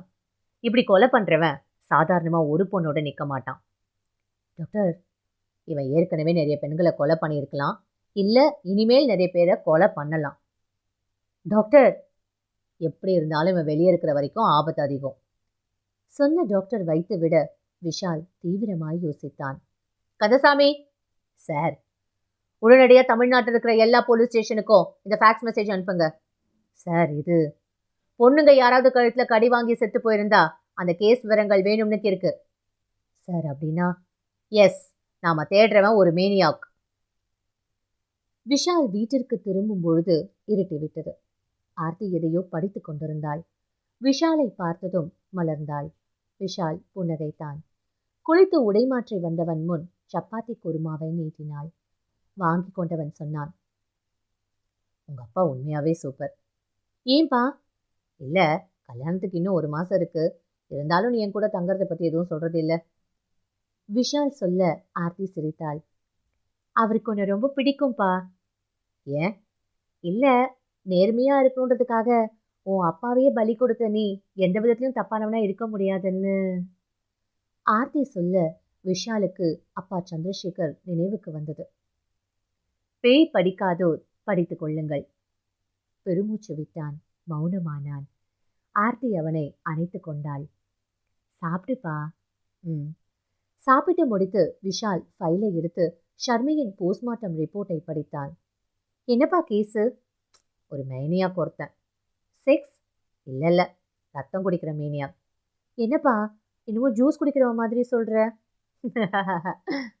விஷால் சிரித்தான். விஷால், நிஜமாவே ரத்தம் குடிக்கிற மனுஷங்களா இருக்காங்களா என்ன? நிறைய பேர். ஓ, கூகுளில் செக் பண்ணி பாரு. ஒரு லேடி குடிக்கிறதுக்கு ரத்தம் இல்லைன்னா பிளட் பேங்குக்கு போய் பிளட் வாங்கி குடிக்குமா. ரொம்ப வித்தியாசமா இருக்குல்ல? பழகிற மனுஷங்க கிட்ட கவனமாக தான் பழகணும். யார் எப்படி நடந்துக்குவாங்கன்னு யாருக்கு தெரியும்? சரிதான். ஆள் யாருன்னு தெரிஞ்சுதா? இல்லை. உன் தியரி என்ன? அம்மா பொண்ணு 2 பேரை கொண்டு இருக்கான். பொண்ணு கழுத்தில் ரத்தம் குடிச்சிருக்கான். வீட்டில் எந்த பொருளும் கலையலை. அப்போது கொலை பண்ணவன் அவங்க 2 பேருக்கும் நல்லா தெரிஞ்சவன். யோசித்த ஆர்த்தி விஷால் தன் கையில் வைத்திருந்த போஸ்ட்மார்ட்டம் ரிப்போர்ட்டை காட்டி கேட்டாள். அது என்ன? ஷர்மியோட, அதாவது அந்த கொலை செய்யப்பட்ட பொண்ணோட போஸ்ட்மார்ட்டம் ரிப்போர்ட். விஷால், சொல்லுடி. அந்த பொண்ணு செத்த நேரம் அந்த அம்மா செத்த நேரமும் ஒன்னா இல்லை, வேற வேறையா? வேற வேற. விஷால் சொல்ல ஆர்த்தி மலர்ந்தாள். அப்ப ரொம்ப சிம்பிள்பா. என்ன சொல்ற? அவன் யாருன்னு தெரியாது, எக்ஸ்னு வச்சுக்கலாம். எக்ஸ் வரா, அந்த பொண்ணு தனியா இருக்கு. தெரிஞ்சவனா இருந்திருக்கலாம். அப்ப அந்த பொண்ணு அவனை உள்ள விட்டுருக்கலாம். உள்ள வந்தவன் அந்த பொண்ணை கொண்டுட்டு ரத்தம் குடிச்சிட்டு தப்பிக்க நினைச்சிருப்பான். சூப்பர். அப்போ எங்கேயாவது வெளியே போயிருந்த அந்த பொண்ணோட அம்மா வந்திருக்கலாம். நீ சொல்றத வச்சு பார்க்கும்போது அந்த அம்மாவுக்கும் அந்த எக்ஸ தெரிஞ்சிருக்கு. ஆமா, எங்க அவங்கள வீட்டு வச்சா பொண்ணு கொண்டது வெளியே தெரிஞ்சிடும்னு அவங்களையும் கொண்டு இருக்கான். கரெக்ட். டாக் ஸ்குவாட் யூஸ் பண்ணீங்களா? இல்லப்பா, ஹாலில் மிளகா பொடி போட்டிருக்கான். ஹோல்டு டெக்னிக்ல? விஷால், ஒரு வீட்டில் ஒருத்தனை அம்மாவுக்கும் தெரியும் பொண்ணுக்கும் தெரியும்னா அப்போ அவன் யாரா இருப்பான்? நிறைய பாசிபிலிட்டிஸ் இருக்கு. ஷர்மியோட ஃப்ரெண்டா கூட இருக்கலாம். இல்லைனா அவன் அண்ணனோட ஃப்ரெண்டா இருக்கலாம். அது யாரு? செத்து போன ஷர்மிக்கு ஒரு அண்ணன் இருக்கான். ஆர்த்தி கொஞ்ச நேரம் யோசித்தாள். விஷாலிடம் கேட்டாள், செத்து போன அந்த பொண்ணோட மொபைல், அவங்க அம்மாவோட மொபைல், இது 2யும் செக் பண்ணியா? நான் தான். இப்பொழுதெல்லாம் எனக்கு பயம் என்பதே கிடையாது. ரத்தம் குடிப்பதாலோ என்னவோ என் ஸ்டாமினா நானே நம்ப முடியாத அளவிற்கு மிக அதிகமாக இருக்கிறது. ஒரே அடியில் எதிராளியை கொன்றுவிடக்கூடிய அளவிற்கு வலிமை அதிகரித்ததாக உணர்ந்தேன். சமீப காலமாக இரத்த தாகம் அதிகமாகிவிட்டது. அல்லது என் நாக்கிற்கு சூடான இரத்தத்தின் ருசி அடிக்கடி தேவைப்பட்டது. அடுத்த பௌர்ணமி வரை காத்திருப்பது என்னால் இயலாது. வேண்டுமென்றால் இப்படி சொல்லலாம், அடுத்த சந்தர்ப்பத்திற்காக காத்திருந்தேன். என் சித்தியின் மகள் விசேஷம் முடிந்து நாங்கள் மதுரைக்கு வந்து 2 நாட்கள் ஆகின்றன. கோயம்புத்தூரில் அந்த 2 பேரையும் கொன்ற பிறகு 2 நாட்கள் மிகவும் நடுங்கிக் கொண்டிருந்தேன். எங்கே மாட்டிக்கொள்வோமோ என்று. ஆனால் இப்பொழுதெல்லாம் நடுக்கம் வருவதில்லை. மாறாக ஒரு வெறிதான் வருகிறது. என்னை பிடிக்க எவனால முடியும்? நான் செய்த முதல் கொதலையே யாரும் கண்டுபிடிக்கல. அது மாட்டிக்கொள்ளாமல் கொலை செய்யும் வித்தை எனக்கு நன்றாக கற்பித்து கொடுத்திருந்தது. இன்று இரவிற்கு யாராவது கிடைத்தால் நன்றாக இருக்கும். மனது ஆசைப்பட்டது. யாராவது கிடைப்பார்களா? என் அதிர்ஷ்டம் எப்படி என்று பார்ப்போம். இரவு நேரத்தில் பைக்கை எடுத்துக்கொண்டு மாட்டுத்தாவணி பேருந்து நிலையத்தில் உலவினால் யாராவது மாட்டாமலா போய்விடுவார்கள்? அப்படி மாட்டுபவர்கள் ஏதாவது கதை சொல்லி எவரும் இல்லாத பகுதிக்கு அழைத்து சென்று காரியத்தை முடித்துக்கொண்டு கிளம்பி வந்துவிட்டால் எந்த பிரச்சனையும் இல்லை. என்னுள் ஓடிய நினைவுகள் என் முகத்தில் பரவசத்தை கொடுக்க பட்டென்று என் முகத்தை பார்த்த அம்மா பயந்து போனார். விஷ்ணு, அம்மா, என்னடா ஒரு மாதிரி வெறியா இருக்க? ஒன்றும் இல்லம்மா. விஷ்ணு, அம்மா, சமீப காலமா உன்னோட நடவடிக்கையில ஏதோ ஒரு வித்தியாசம் இருக்கு. அப்படிலாம் ஒன்றும் இல்லம்மா. விஷ்ணு, அம்மா, நான் உன் அம்மாடா. நான் தலை குனிந்து நின்றேன். கொஞ்ச நாளா நீ உனக்குள்ளேயே பேசிக்கிற, எதையும் எப்பயும் வெறிச்சு பார்த்துட்டே இருக்க. என்னாச்சு விஷ்ணு? ஒன்றும் இல்லம்மா, நான் நல்லா இருக்கேன். சொன்ன அம்மா சமையலறைக்குள் போய்விட நான் சுதாரித்தேன். ஏதோ மாதிரி நடந்தும் எனக்கு தெரியாமல் என்னை நானே காட்டி கொடுத்து விட்டேன் போல். ஒரு நிமிடம் மட்டும் அதற்கு வருத்தப்பட்டேன். மணி பார்த்தேன். இரவு 10 மணி. இப்பொழுது போனால் ஏதாவது இறை மாட்டினாலும் மாட்டோம். அம்மாவிடம் என்ன சொல்லி போவது? ஐடியா கிடைத்தது. என் மொபைலை எடுத்துக்கொண்டு சத்தமாக நண்பன் ஒருவனிடம் பேசுவது போல் பேசினேன். சொல்லு பாண்டி, எங்க வந்துட்டு இருக்க? ஓ, வாடி பாண்டி தாண்டிட்டியா? சரி சரி சரி, நான் வரேன். மாட்டுத்தாவணி பஸ் ஸ்டாண்டுக்கு வரேன், உன்னை பிக்கப் பண்ணிக்கிறேன். நான் எதிர்பார்த்த மாதிரியே அதை காதில் கேட்ட அம்மா என்னிடம் கேட்டார். யார் விஷ்ணு? ஃப்ரெண்டுமா. எங்கேருந்து வரா? சென்னையில இருந்து. போய் பிக்கப் பண்ணிட்டு அவன் வீட்டில் விட்டுட்டு வரேம்மா. மணி பாத்தியா? அம்மா, அவன் எனக்கு ரொம்ப க்ளோஸ் ஃப்ரெண்டுமா. அம்மா மேற்கொண்டு ஒன்றும் பேசவில்லை. அப்படி என்றால் வேறு வழியின்றி சம்மதித்து விட்டார் என்று அர்த்தம். நான் உடை மாற்றினேன். ஒரு ஜீன்ஸ் டிஷர்ட் எடுத்து மாட்டிக்கொண்டேன். தலையை மெலிதாய் கலைத்து விட்டேன். பைக்கை ஸ்டார்ட் செய்தேன். இரவு நேரம் என்பதால் சாலை வெறிச்சோடி இருக்க மாட்டுத்தாவணி பேருந்து நிலையத்தை 10 நிமிடங்களில் அடைந்தேன். என் கண்கள் சுற்றும் முற்றும் அலைந்தன. என் டேஸ்டுக்கு தகுந்தாற்போல் எவரும் இல்லை. வெளியூரிலிருந்து வரும் பேருந்துகளில் இருந்து எவரேனும் மாட்டுவார்களா என்று காத்திருந்தேன். ஒரு பேருந்து வந்து நின்றது. கோவை டு மதுரை என்றிருந்தது. கோவை என்பதை பார்த்தவுடன் எனக்கு ஷர்மியின் ஞாபகம் வந்தது. என்னையும் மீறி புன்னகைத்துக் கொண்டேன். அப்பொழுது யதார்த்தமாக பேருந்திலிருந்து இறங்கியவர்களை பார்த்தேன். அதிர்ந்தேன். இவனா? இவதற்கு வந்திருக்கான்? ஆபத்து! என் மூளையின் அனைத்து செல்களும் என்னை எச்சரித்தன. இவன்தான் கோவையில் நான் செய்த கொள்கைகளை பற்றி விசாரித்துக் கொண்டிருக்கிறான். இவன் பெயர் கூட விஷால். விஷாலை பார்த்தவுடன் நான் முதலில் அதிர்ச்சி அடைந்தாலும் அதை வெளியில் காட்டிக்கொள்ளக்கூடாது என்று முடிவு செய்தேன். ஏனென்றால் நான் பதட்டப்பட்டால் மட்டுமே மாட்டிக்கொள்வேன். மற்றபடி அங்கே நான் எந்த தடயத்தையும் விட்டு வைக்கவில்லை. காஃபி குடித்த கிளாஸ் முதற்கொண்டு எல்லாவற்றையும் வெளியே எரிந்துவிட்டு அல்லவா வந்திருக்கிறேன். அதையும் மீறி மாட்டிக்கொள்ள நேர்ந்தால்? மனசாட்சி கேள்வி கேட்டது. அப்படி ஒரு சூழ்நிலை வந்தால் அதையும் எதிர்கொள்ள தயாராகத்தான் இருக்கிறேன். பேருந்திலிருந்து இறங்கிய விஷாலின் பார்வையில் விஷ்ணு பட்டான். யார் இவன்? பார்வையில் ஏதோ தப்பிருக்கிறதே. ஆளை பார்த்தால் கிரிமினல் மாதிரி தெரியவில்லை. ஆனாலும் இவனிடம் என்னமோ தப்பிருக்கிறது. இந்த நேரம் இவன் என்ன நோக்கத்திற்காக இங்கே அலைகிறான்? விஷால் விஷ்ணுவை அழைத்தான். டேய் சார், இங்க வா. சொல்லுங்க சார். விஷ்ணு அருகில் வந்தான். யார் நீ? ஏன் எல்லாரையும் ஒரே மாதிரி பார்த்துட்டு இருக்க? ஐயோ சார், நான் யதார்த்தமாக தான் பார்த்தேன். எந்த ஏரியா நீ? வளர் நகர் சார். விஷால் நிமிர்ந்தான். ஃபேக்ஸ் தமிழ்நாடு முழுக்க அனுப்பியதில் ஒரு பெண் வளர் நகரில்தான் ஷர்மி கொல்லப்பட்டது போல் கொலை செய்யப்பட்டிருக்கிறாள். குற்றவாளி கோவை அல்லது மதுரை, இரண்டில் ஏதோ ஒரு ஊரை சேர்ந்தவன். விஷாலின் ஊடுருவும் பார்வையை சமாளிக்க முடியாத விஷ்ணு தரையை பார்த்தான். உன் பேர் என்ன? விஷ்ணு சார். போன வாரம் எங்க இருந்த? விஷால் கேட்க விஷ்ணுக்கு புரிந்தது. இதய துடிப்பு எக்கச்சக்கமாக எகிரியது. விஷால் விஷ்ணுவை உன்னிப்பாய் கவனித்தான். இங்கதான் சார் இருந்த. Are you sure? Sure sir. Sir சொல்லு. பை த பை, இந்த என்கொயரி எதுக்குன்னு தெரிஞ்சுக்கலாமா? அவசியம் தெரிஞ்சுக்கணுமா? அது இல்லை சார். வேலையை பார்த்துட்டு போடா. விஷால் சொல்ல விஷ்ணு தப்பித்த நிறைவில் வேகமாய் கிளம்பினான். விஷால் ஆட்டோவில் ஏறி ஒத்த கடைக்கு பயணித்தான். சார் பதிவாளர் அலுவலகத்தின் எதிரில் இருந்த வீட்டிற்கு சென்றான். காலிங் பெல் அடித்து காத்திருக்க சரவணன் வந்து கதவை திறந்தான்.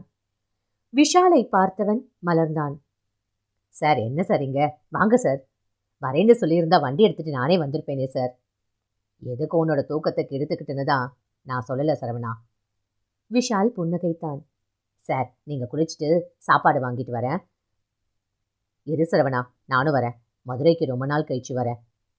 விஷால் சொல்ல சரவணன் புன்னகைத்தான். எப்படி இருக்கு நம்ம ஸ்டேஷன்? விஷால் கேட்க, நீங்கள் டிரான்ஸ்ஃபர் ஆகி போயிட்டாலும் அடிக்கடி இங்கே உள்ளேருந்து சரவணன்னு கூப்பிட்ற மாதிரி நிறைய முறை தோணும் சார். சரவணன் சொல்ல விஷால் சிரித்தான். கல்யாணம் எப்போ? பார்த்துட்ருக்காங்க சார். சாருக்கு? அதான் உனக்கே தெரியுமே. சரவணன் சிரித்தான். தெரியும் சார். கல்யாணம் அடுத்த மாதம்.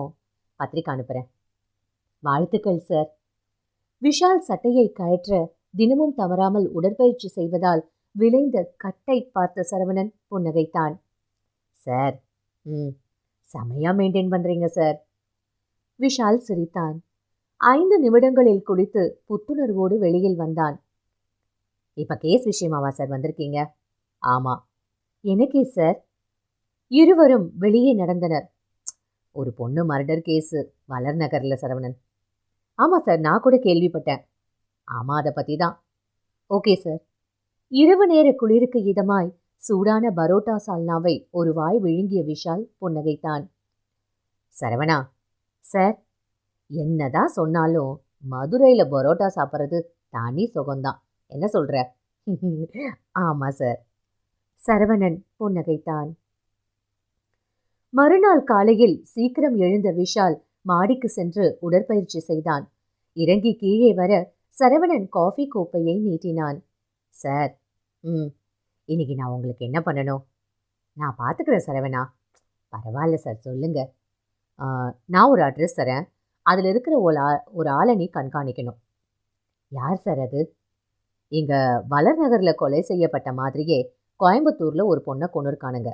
அந்த பொண்ணு செத்ததுக்கப்புறம் அவள் மொபைலுக்கு ஒரு கால் வந்திருக்கு. அந்த அட்ரெஸ்ஸு கலெக்ட் பண்ணியாச்சு. ஆனால் அதை வச்சு விசாரிக்க முடியாது. அந்த கால் பண்ணது யார் வேணும்னாலும் இருக்கலாம். ஆமாம் சார். அது மட்டும் இல்லாமல் கொன்னவன் அந்த பொண்ணுக்கு எதுக்கு சார் கால் பண்ணணும்? கரெக்ட். நானும் அந்த ஆங்கிளில் யோசித்தேன். அந்த காலுக்கும் கொலைக்காரனுக்கும் சம்மந்தம் இருக்காது தான். ஆனாலும் இது நம்ம விசாரணையோட ஒரு பகுதி இல்லை. புரியுது சார்.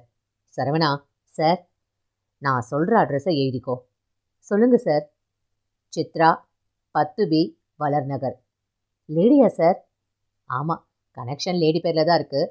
அங்கே போய் அங்கே இருக்கிறவங்க யாருக்கும் தெரியாமல் கண்காணிக்கணும். உதாரணமாக இந்த லேடி என்ன பண்ணுறாங்க, அந்த வீட்டில் யார் யார் இருக்காங்க, எல்லா டீட்டெயில்ஸும் எனக்கு வேணும். ஒன்றும் ப்ராப்ளம் இல்லை சார், நான் பண்ணிடுறேன். எனக்கு கமிஷனர் கூட மீட்டிங் இருக்குது சார். நீங்கள் அதை போய் பாருங்கள் சார்.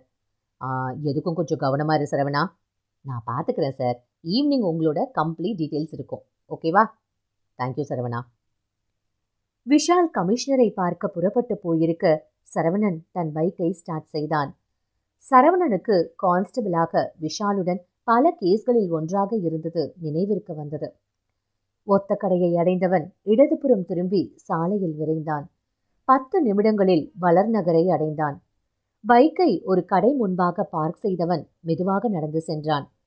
சித்ரா 10B அட்ரஸ் எடுத்து சரி பார்த்தான். இந்த வீடுதான். வெளியிலிருந்து பார்ப்பதற்கு மிகவும் சாதாரணமாகத்தான் இருந்தது. அதன் எதிரில் ஒரு காலி மைதானம் இருக்க அங்கே சென்ற சரவணன் தன் மொபைலை எடுத்து யாரிடமோ பேசுவது போல் சித்ராவின் வீட்டையே கவனித்துக் கொண்டிருந்தான். சித்ராவும் விஷ்ணுவும் ஒன்றாக இறங்குவதை பார்த்தான் சரவணன். சட்டென்று தன் மொபைல் கேமராவில் படம் பிடித்தான். சித்ரா, விஷ்ணு இருவரும் காரில் ஏறிக்கொள்ள விஷ்ணு காரை எடுத்தான். இவங்களை பார்த்தா சந்தேகப்படுற மாதிரியே தெரியலையே, எதுக்கு இருக்கட்டும் நினைத்தவன் அவர்கள் எங்கு செல்கிறார்கள் என்பதை கவனித்தான். அவர்களை அவர்களுக்கு தெரியாமல் தொடர்ந்தான். சித்ராவும் விஷ்ணுவும் விநாயகர் கோவிலுக்கு செல்ல சரவணன் காத்திருந்தான். சுவாமி கும்பிட்டு விட்டு வெளியே வந்தவர்கள் வீட்டிற்கு செல்லாமல் வேறு எங்கோ செல்ல சரவணனும் தொடர்ந்தான். சூப்பர் மார்க்கெட் ஒன்றில் அவர்கள் நுழைய சரவணன் காத்திருந்தான். விஷாலுக்கு குறுஞ்செய்தி அனுப்பினான். சார், அவங்க மேல சந்தேகப்படுறது தேவையில்லைன்னு நினைக்கிறேன் சார். எதற்கும் இருக்கட்டும் என்று சித்ராவும் விஷ்ணுவும் இருக்கும் போட்டோவை விஷாலுக்கு அனுப்பினான். திரும்பி விடலாமா என்று சரவணன் யோசிக்க அவனுக்கு மிக அருகில் நின்றான் விஷ்ணு. சரவணன் திகைப்பாய் பார்க்க குரூரமாய் புன்னகைத்தான் விஷ்ணு. நீ? கேட்ட சரவணனை கண்டுகொள்ளாத விஷ்ணு சுற்றும் முற்றும் பார்த்தான். எவரும் இல்லை. சரவணன் சுதாரிப்பதற்குள் அவன் கழுத்தில் கையால் வெட்ட சரவணன் மயங்கினான். அவன் கீழே விழும் முன் தாங்கிக் கொண்ட விஷ்ணு அவனை கைத்தாங்கலாய் நடத்தி காரில் ஏற்றினான். காரை ஸ்டார்ட் செய்தான். காரை ஓட்டிக்கொண்டே தன் மொபைலை எடுத்து யாருக்கோ அழைத்தான். சங்கரா, நான் தான். ஆபத்து, வந்து சொல்றேன். பெட்ரோல் மட்டும் வாங்கி வை. புறவழி சாலையில் பிசாசு வேகத்தில் காரை பறக்கவிட்ட விஷ்ணு அரை மணி நேர பயணத்தில் அந்த சவுக்கு தோப்பை அடைந்தான். அப்பொழுது சரவணன் மொபைல் அடிக்க விஷ்ணு காரின் வேகத்தை குறைத்தான். சரவணன் மொபைலை எடுத்து பார்த்தான். விஷால் அழைப்பதை பார்த்தவன் புன்னகையுடன் அந்த மொபைலை தூக்கி வெளியில் எறிந்தான். காரை உள்ளே செலுத்தினான். சங்கரனை பார்வையில் வாங்கிய விஷ்ணு காரை நிறுத்தினான். ஏன் சரவணன் போனே எடுக்கல? யோசித்த விஷால் சரவணன் குறுஞ்செய்தி அனுப்பியிருப்பதை பார்த்தான். அவங்கள சந்தேகப்பட தேவையில்லைன்னு நினைக்கிறேன் சார். செய்தியை பார்த்தவன் அது ஏற்கனவே தெரிந்துதான் என்று தனக்குள் நினைத்தான். சரவணன் ஏதோ போட்டோ வேறு அனுப்பியிருக்கிறான். அதை விஷால் கிளிக் செய்ய அது லோட் ஆனது. போட்டோவில் சித்ரா, விஷ்ணு இருவரும் இறங்கிக் கொண்டிருந்தனர். போட்டோ மீது பார்வையை பதித்த விஷால் அதிர்ந்தான். இவனை நேற்று நைட்டு தானே பார்த்தோம். இவனுக்கும் ஷர்மிக்கும் நிச்சயம் ஏதோ சம்மந்தம் இருக்கணும். இவன் நேற்று நைட்டை என்கிட்ட மாட்டியிருக்கணும். சே, எப்படி ஏமாந்த? விஷால் பதட்டமானான். சரவணனுக்கு மீண்டும் மீண்டும் முயல ரிங் போனது. ஆனால் யாரும் எடுக்கவில்லை. சரவணன் போனை எடுக்கவில்லை என்றதும் விஷால் பதட்டமானான். விஷ்ணுக்கு அழைத்தான். ரிங் போனது. எடுக்கப்பட்டது. ஹலோ. விஷ்ணுவின் குரலில் கேலி. டேய், எங்கடா இருக்க? சூப்பர் சார், இதை நான் சொல்வேன்னு நினைக்கிறீங்க பாருங்க. நீங்க உண்மையிலேயே கிரேட்டு. விஷ்ணு நக்கல் செய்ய விஷாலுக்கு ஆத்திரம் அதிகமானது. சரவணன் எங்கடா? இப்போதைக்கு உயிரோட தான் இருக்கான். அவனுக்கு ஏதாவது ஆச்சு, உன்னோட விதியை முடிச்சிடுவேன். என்ன சார் காமெடி பண்றீங்க? என்னடா சொல்ற? உங்க சரவண இப்ப என் கையில. நீங்க தான் வாயை மூடிட்டு நான் சொல்றத செய்யணும். விஷ்ணு சொல்ல விஷால் திகைத்தான். என்னடா சொல்ற? நான் பண்ண ஒரு தப்பு ஷர்மி செத்து போனதுக்கு அப்புறம் அவளோட மொபைலுக்கு கால் பண்ணதுதான். ஆனா எனக்கு அதிர்ஷ்டம், அந்த மொபைல் என்னோட பேர் வாங்கல, எங்க அம்மா பேர்ல வாங்கினது. அதுக்கு நாம ஒரு டீல் பேசலாமா சார்? விஷ்ணு சொல்ல விஷால் மௌனமாக இருந்தான். சார், இல்ல இருக்கீங்களான்னு பார்த்தேன். சொல்லுடா. நான் கூட நினைச்சேன் உங்க சரவணனை பெட்ரோலை ஊத்தி கொளுத்திடலாமான்னு. ஆனா நீங்க போன் பண்ணதுக்கு அப்புறம் மனசை மாத்திக்கிட்டேன். டேய், என்னடா சொல்ற? இந்த கேஸுக்கும் எனக்கும் எந்த சம்பந்தமும் இல்ல. புரியலடா? அப்படின்னு நீங்க கேஸை க்ளோஸ் பண்ணணும் சார். பண்ணலனா சிம்பிள், உங்க சரவணனை சாம்பல் ஆக்கிடுவேன். என்னடா மிரட்டுறியா? உங்களெல்லாம் மிரட்ட முடியுமா சார்? நீங்க தான் உங்க பாவையே நேர்மைக்கு பலி கொடுத்த ஆளாச்சே. விஷ்ணு சொல்ல விஷால் அதிர்ந்தான். டேய், உனக்கு எப்படிடா தெரியும்னு கேக்குறீங்களா? என்னோட ஃப்ரெண்டு ஒருத்தன் அண்ணனூர்ல இருக்கான். உங்க பேர் சொல்லி உங்களை பத்தி விசாரிக்க சொன்னேன். உங்க ஜாதகத்தையே கொடுத்துட்டானே சார். விஷ்ணு சொல்ல விஷாலுக்கு இவன் சாதாரண கிரிமினல் இல்லை என்பது புரிந்தது. சார், சொல்லுடா. உங்களுக்கு கல்யாணம் ஆக போகுதுன்னு கேள்விப்பட்டேன். என்னோட அட்வான்ஸ் வாழ்த்துக்கள் சார். தேங்க்ஸ். என்ன சார் வெறும் தேங்க்ஸ் தானா? கல்யாணத்துக்கெல்லாம் கூப்பிட மாட்டீங்களோ? டேய், என் பொறுமையை நீ ரொம்ப சோதிக்கிற. சார் சார், ரொம்ப பயமா இருக்கு சார். என்னடா சொல்ற? நீங்களே யோசிச்சு பாருங்க சார். உங்களோட ஒரு அடிக்கடி நான் தாங்குவேனா? நம்ம டீல் எல்லாமே கொஞ்சம் தூரத்திலேயே இருக்கணும். இப்ப என்னதான்டா சொல்ற? எங்க அம்மா நம்பர்ல இருந்து நான் ஷர்மிக்கு கூப்பிட்டது நீங்க மறந்துடணும். அந்த கொலை மட்டும் இல்ல, வளர்நகர் கொலையிலையும் நீங்க ஆர்வம் காட்டக்கூடாது. என்னடா எனக்கே ஆர்டர் போடுற? எப்படி வேணும்னாலும் எடுத்துக்கோங்க சார். முடியாதுன்னா ரொம்ப சிம்பிள். சரவணன் தயாரா இருக்கான், பெட்ரோல் ரெடியா இருக்கு, சாம்பலாக்கிடவா? டேய், காது அதிருது சார். என்ன பத்தி உங்களுக்கு தெரியும். மொத்தம் 3 கொலை பண்ணியிருக்கேன். இன்னும் எத்தனை பேரை கொலை பண்ணனாலும் தண்டனை ஒண்ணுதான். விஷ்ணு பேசிக்கொண்டே போக இவனை எப்படி டீல் செய்வது என்று விஷால் குழம்பினான். சார், நீங்க சம்மதிக்கிறதுக்கு அதிக டைம்லாம் கொடுக்க மாட்டேன். ஜஸ்ட் ஜஸ்ட் ஒரே ஒரு நிமிஷம்தான். நீ நினைக்கிறது நடக்காதுடா. ஓகே, வேண்டாம், வந்து சாம்பல் அள்ளிட்டு போங்க. வேண்டாம் விஷ்ணு சார். ஏதோ சொன்னீங்களா? சொன்ன மாதிரி இருந்துச்சு. நான் யோசிக்கிறேன். வேண்டாம் சார், நான் உங்களை யோசிக்க சொல்லல. சரி, நீ சொல்றபடி நடக்கிறேன். இது அழகு. பேச்ச மாற்ற மாட்டீங்களே? மாட்டேன். சரவணனை என்கிட்ட அனுப்பு. சார், சொல்லுடா. என்னோட நெத்தில ஏதாவது எழுதி ஒட்டி இருக்கா என்ன? எதுக்குடா கேட்குற? இல்லை, சரவணனை உங்ககிட்ட அனுப்புறதும் நான் தற்கொலை பண்ணிக்கிறதும் ஒன்றுன்னு நினைக்கிறேன். என்னடா சொல்கிற? நீங்கள் இந்த கேஸில் என்னை பற்றி எதுவுமே ரிப்போர்ட் கொடுக்கலன்னு எனக்கு தெரியணும் சார். அது வரைக்கும் உங்கள் சரவணனுக்கு ஒன்றும் ஆகாது. விஷ்ணு சொல்ல விஷால் தீவிரமாக யோசித்தான். நேற்றிரவே அவனை அடித்து துவைத்து லாக்கப்பில் வைத்திருக்கலாம். எங்கேயோ தவறு செய்துவிட்டேன். இப்பொழுது அவன் சொல்வதை ஏற்றுக்கொள்ள வேண்டும், அல்லது ஏற்றுக்கொள்வது போல் நடிக்க வேண்டும். விஷ்ணு மிக மோசமானவன். சரவணனை எப்படியாவது காப்பாற்ற வேண்டும். என்ன சார், ரொம்ப நேரமா யோசிக்கிறீங்க? நான் ஒத்துக்கிறேன். நீ சொன்ன வார்த்தையை காப்பாற்றுவேன்னு நம்புறேன். மறுமுனையில் விஷ்ணு சிரித்தபடி போனை கட் செய்தான். Control room. சார், இது மேலளவு பக்கம் காட்டுது, சவுக்குத்தோப்பு பக்கம். மொபைல் சிக்னலை ட்ரை செய்தவர் சொல்ல, அருண், இது மானிட்டர் பண்ணிட்டே இருங்க. எனக்கு இவன் எங்கெல்லாம் போறான்னு சொல்லிட்டே இருங்க. விஷால் சொல்ல அவர் தலையாட்டினார். விஷால் வெளியே பாய்ந்தான். ஜீப் டிரைவர் ஓட்டி வந்தார். விஷால் ஏறிக்கொள்ள டிரைவர் விஷாலை பார்த்தார். மேலவளவு சவுக்குத்தோப்பு. டிரைவர் விஷாலின் அவசரம் புரிந்தவர் ஆக்சிலேட்டரில் வைத்த காலை எடுக்கவில்லை. அவனை எப்படியாவது பிடிச்சிடணும். விஷால் தனக்குள் சொல்லிக் கொண்டான். ஜீப் வேகத்தை டிரைவர் அதிகப்படுத்தினார். 15 நிமிடங்களில் மேலவளவு வர விஷால் சற்றும் முற்றும் பார்த்தான். கொஞ்சம் அவுட்டர்ல போங்க. 100 அடி தூரத்தில் அந்த சவுக்கு தோப்பு தெரிந்தது. ஜீப் சவுக்கு தோப்பை நெருங்கி நின்றது. விஷால் இறங்கினான். அவன் அலைபேசி அடித்தது. அருண். பரபரப்பான விஷால் எடுத்து பேசினான். சொல்லுங்க அருண், அவன் எங்க இருக்கா? சார், அவன் இப்ப சவுக்கு தோப்புல தான் இருக்கான், வெளியில போகல. வெரி குட், மானிட்டர் பண்ணிட்டே இருங்க. Yes sir.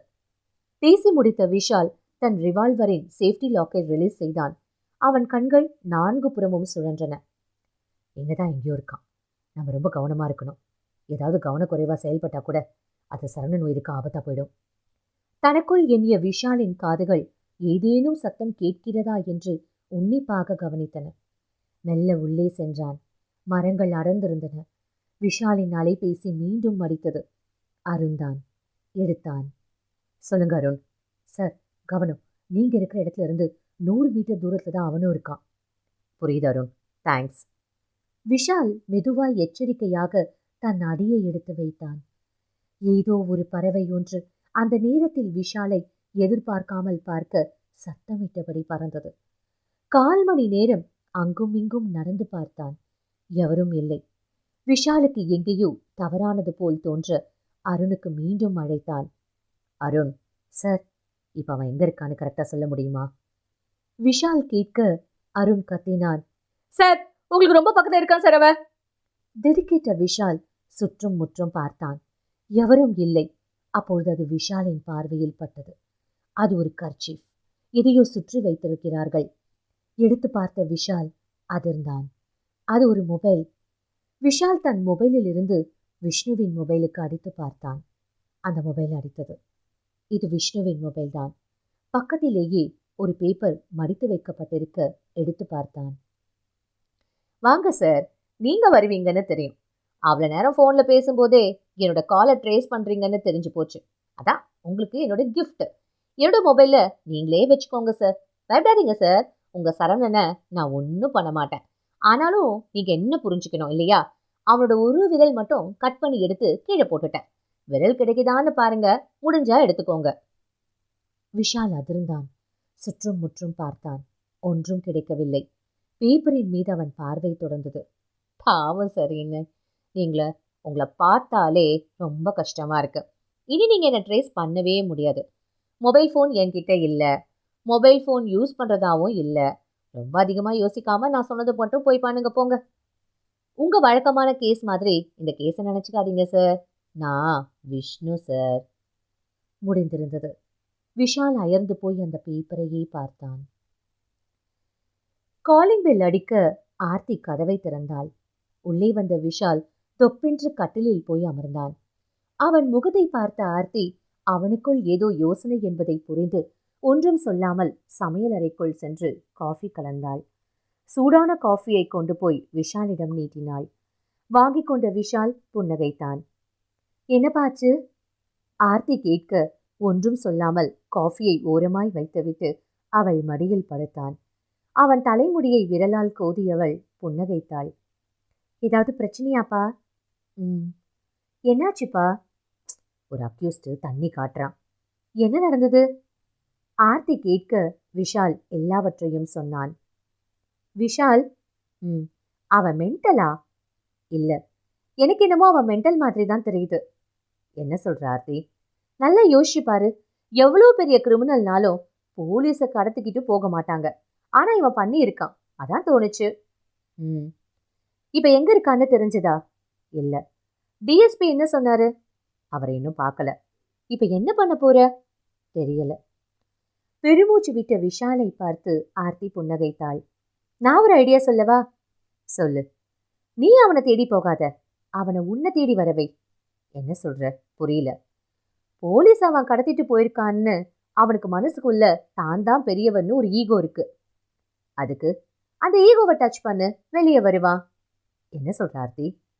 இந்த கேஸ பத்திரிகையில எப்படி நியூஸ் வரணும்னு சொல்றேன். குற்றவாளி போலீஸுக்கு பயந்து வெளி மாநிலத்திற்கு தப்பி ஓட்டம். இப்படி போட்டா அவன் கடுப்பாவான். உனக்கு தெரிஞ்ச பத்திரிகையா இருந்தா குற்றவாளி ஒரு பேடி, காவல்துறை விலாசல்னு போட சொல்லு. அது சரவணனுக்கு ஆபத்துல முடியாதா? கண்டிப்பா முடியாது. ஏன்னா இப்ப சரவணன் அவனுக்கு ரொம்ப தேவை. உன்கிட்ட ஏதாவது காரியம் சாதிக்க கண்டிப்பா சரவணனை கொல்லவே மாட்டான். ஆனா இப்படியெல்லாம் நியூஸ் போட்டா வருவான்னு நினைக்கிறியா? கண்டிப்பா வருவான், நான் சொல்றேன். உறுதியாக சொன்ன ஆர்த்தியை வியந்து போய் பார்த்தான் விஷால். நான்தான். நேற்று நள்ளிரவில் நானும் சங்கரனும் மதுரையிலிருந்து ஈரோட்டிற்கு கிளம்பிவிட்டோம். ஈரோட்டில் சங்கரனுக்கு ஒரு பண்ணை வீடு இருக்கிறது. அது பாதுகாப்பானதாக இருக்கும் என்று சங்கரன் சொன்னதால் கிளம்பிவிட்டோம். இனியும் வீட்டில் இருந்தால் ஆபத்து என்று தோன்றியது. விஷால் எப்படி நடந்து கொள்கிறான் என்பதை பொறுத்துதான் இனி என் எதிர்காலம். சங்கரனின் மொபைலிலிருந்து அம்மாவுக்கு சொல்லிவிட்டேன். என் கம்பெனியிலிருந்து உடனே வர சொல்லி இருக்கிறார்கள், வேலை அதிகம் என்று. அம்மாவும் நம்பிவிட்டார். அம்மாவிற்கு சந்தேகம் ஒன்றும் வரவில்லை. பின் சீட்டில் சரவணனை படுக்க வைத்திருந்தோம். போலீஸ் செக் போஸ்ட் எதிலும் மாட்டாமல் இருப்பதற்காக சரவணனுக்கு சோலிபிட்டம் 2 மாத்திரையை வலுக்கட்டாயமாக விழுங்க வைத்திருந்தோம். சோல்பிட்டேம் அம்மாக்கு டாக்டர் கொடுத்திருந்த தூக்க மாத்திரை. சங்கரன் காரை ஓட்டினான். வெளியே நிலாவை பார்த்தேன். எனக்கு பசித்தது. என் உடம்பில் ஒரு மதமதப்பு பரவியது. எனக்கு புரிந்துவிட்டது, ரத்தம் வேண்டும். சங்கரா, கத்தினேன். என்னையே பார்த்த சங்கரன் புன்னகைத்தான். காரை நிறுத்தினான். என்னாச்சு விஷ்ணு? பசி. எது வாங்கிட்டு வரவா? வேண்டாம். நான் சொல்ல திகைத்தான். வேண்டாமா? பசிக்குதுன்னு சொன்ன? கேள்வியாய் பார்த்தான். சங்கரா, யாரையாவது கொண்டு வா போ. நான் சொல்ல அதிர்ந்தான். விஷ்ணு, என்ன சொல்ற? எனக்கு பசிக்குது. இன்னும் 1/2 மணி நேரத்துல ஃபார்ம் ஹவுஸ் வந்துடும். நான் ஏற்கனவே வாட்ச்மேன் முத்தையா கிட்ட நாம வரத சொல்லி சமைக்க சொல்லிட்டேன். வா போயிடலாம். சங்கரன் சொல்ல அவனையே பார்த்தேன். இவன் புரிந்து கொள்ள மாட்டான். என்னை புரிந்து கொள்ளாத இவன் எதற்காக வெட்டியாக? புன்னகைத்தேன். அவனை நெருங்கினேன். நிஜமாவே உன்னை நினைச்சா ரொம்ப பெருமையா இருக்கு சங்கரா. தேங்க்ஸ் விஷ்ணு. நாம அங்க வரத சொல்லிட்டியா? அப்போ நான் மட்டும் அங்க போனாலும் தங்கிக்கலாமா? நான் கேட்க சங்கரன் என்னை குழப்பமாக பார்த்தான். என்ன சொல்ற விஷ்ணு? நான் தான் உன் கூட இருக்கேனே. இப்ப இருக்க, அப்ப இல்லனா? நான் புன்னகைத்தபடி கேட்க என் விழிகள் பளிச்சிட்டன. பயமாய் பார்த்தான் சங்கரன். விஷ்ணு. நீ என்ன சொல்ற? தெரியல. இல்ல, நீ ஏதோ அர்த்தத்துல தான் சொன்ன. ஆமா, என்ன அர்த்தம்? எனக்கு உன்ன எவ்வளவு பிடிக்கும். என்ன விஷ்ணு இப்படிலாம் கேக்குற? பதில் சொல்லு. ரொம்ப பிடிக்கும். எனக்கு ஒன்று வேணும், தருவியா? சொல்லு விஷ்ணு, என்ன வேணும்? தரேன். சங்கரன் என்னை பாசமாய் பார்க்க நான் புன்னகையுடன் அவன் முகத்தை பார்த்து சொன்னேன், கொஞ்சம் ரத்தம். அதை அவன் எதிர்பார்க்கவில்லை என்பதை அவன் முகம் வெளிரி போனதன் மூலம் அறிந்தேன். சுதாரித்தான். விஷ்ணு, இப்ப எனக்கு புரிஞ்சு போச்சு. என்ன? உனக்கு விளையாட்டு புத்தி ஜாஸ்தி, அதனால காமெடி பண்ற. சொல்லிவிட்டு சங்கரன் சிரிக்க நானும் கூட சேர்ந்து சிரித்தேன். பரவாயில்லடா சங்கரா, கண்டுபிடிச்சிட்டியே, சம போ. சொன்னபடி அவனை என்னுடன் அணைத்துக் கொண்டேன். சிரித்து கொண்டிருந்தவனை பரிதாபமாய் பார்த்தேன். சற்றென்று என் பிடியை இறுக்கி அவன் கழுத்தில் என் கோரப்பல்லை பதிக்க அவன் கத்தினான். வலியால் துடித்தான். விஷ்ணு, விடியனடா, விடுறா என்ன? விடுபட முடிந்தவரை முயற்சி செய்தான். என் கிடுக்கு பிடியில் அவனால் அசையக்கூட முடியவில்லை. என் கோரை பல் அவன் கழுத்தில் இறங்கியது. சூடான ரத்தத்தை துளியும் வீண் செய்யாது உறிஞ்சி குடிக்க ஆரம்பித்தேன். சங்கரனால் நம்ப முடியவில்லை. அவன் கண்கள் கெஞ்சின. நான் கண்டுகொள்ளவில்லை. என் பணியை சின்சியராக தொடர்ந்தேன். ரத்தம் குடித்து முடித்தவுடன் எனக்குள் வெறி ஏறியது. அவனை கீழே விட்டேன். இறுதி துடிப்பில் இருந்தவன் முன் புன்னகைத்தேன். சங்கரா, நான் விளையாட்டுக்கு கேட்கல, சீரியஸா தான் கேட்டேன். நீ தரல, நானே எடுத்துக்கிட்டேன், அவ்வளவுதான். அவனை பார்த்து சொன்னேன். அவன் விழிகள் நிலைத்தன. சரவணனுக்கு சங்கரன் வாங்கி வந்த பெட்ரோல் காரில் இருந்தது. அவன் வாங்கி வந்த பெட்ரோலை அவனுக்கே ஊற்றினேன். காரில் இருந்த தீப்பெட்டியை எடுத்து சிகரெட் ஒன்றை பற்ற வைத்தேன். அணையாத தீக்குச்சியை சங்கரன் மேல் எரித்தேன். தீ குபீரென்று பற்றி கொண்டது. சங்கரன் எரிய ஆரம்பித்தான். சிகரெட்டை நன்றாக உள்ளிழுத்து வெளியில் புகையை விட இன்பம் உள்ளே பரவசமாய் தாக்கியது. கொஞ்ச நேரத்தில் சங்கரன் இந்த பூமியில் இருந்தான் என்பதற்கு அடையாளம் எதுவும் இல்லாமல் போய்விட புன்னகைத்துக் கொண்டேன். காரை ஸ்டார்ட் செய்யும் போது சரவணன் மெலிதாய் அசைந்தது போல் தோன்றியது. அவனை உற்று பார்த்தேன். ஆழ்ந்த தூக்கத்தில் இருந்தான். சோல்பீட்டன் கைங்கரியம். புன்னகைத்துக் கொண்டேன்.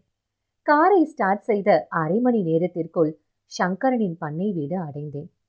வாட்ச்மேன் முத்தையா வந்து கேட்டை திறந்துவிட உள்ளே நுழைந்தேன். சங்கரனை காணாத முத்தையா ஒரு நிமிடம் திகைத்தான்.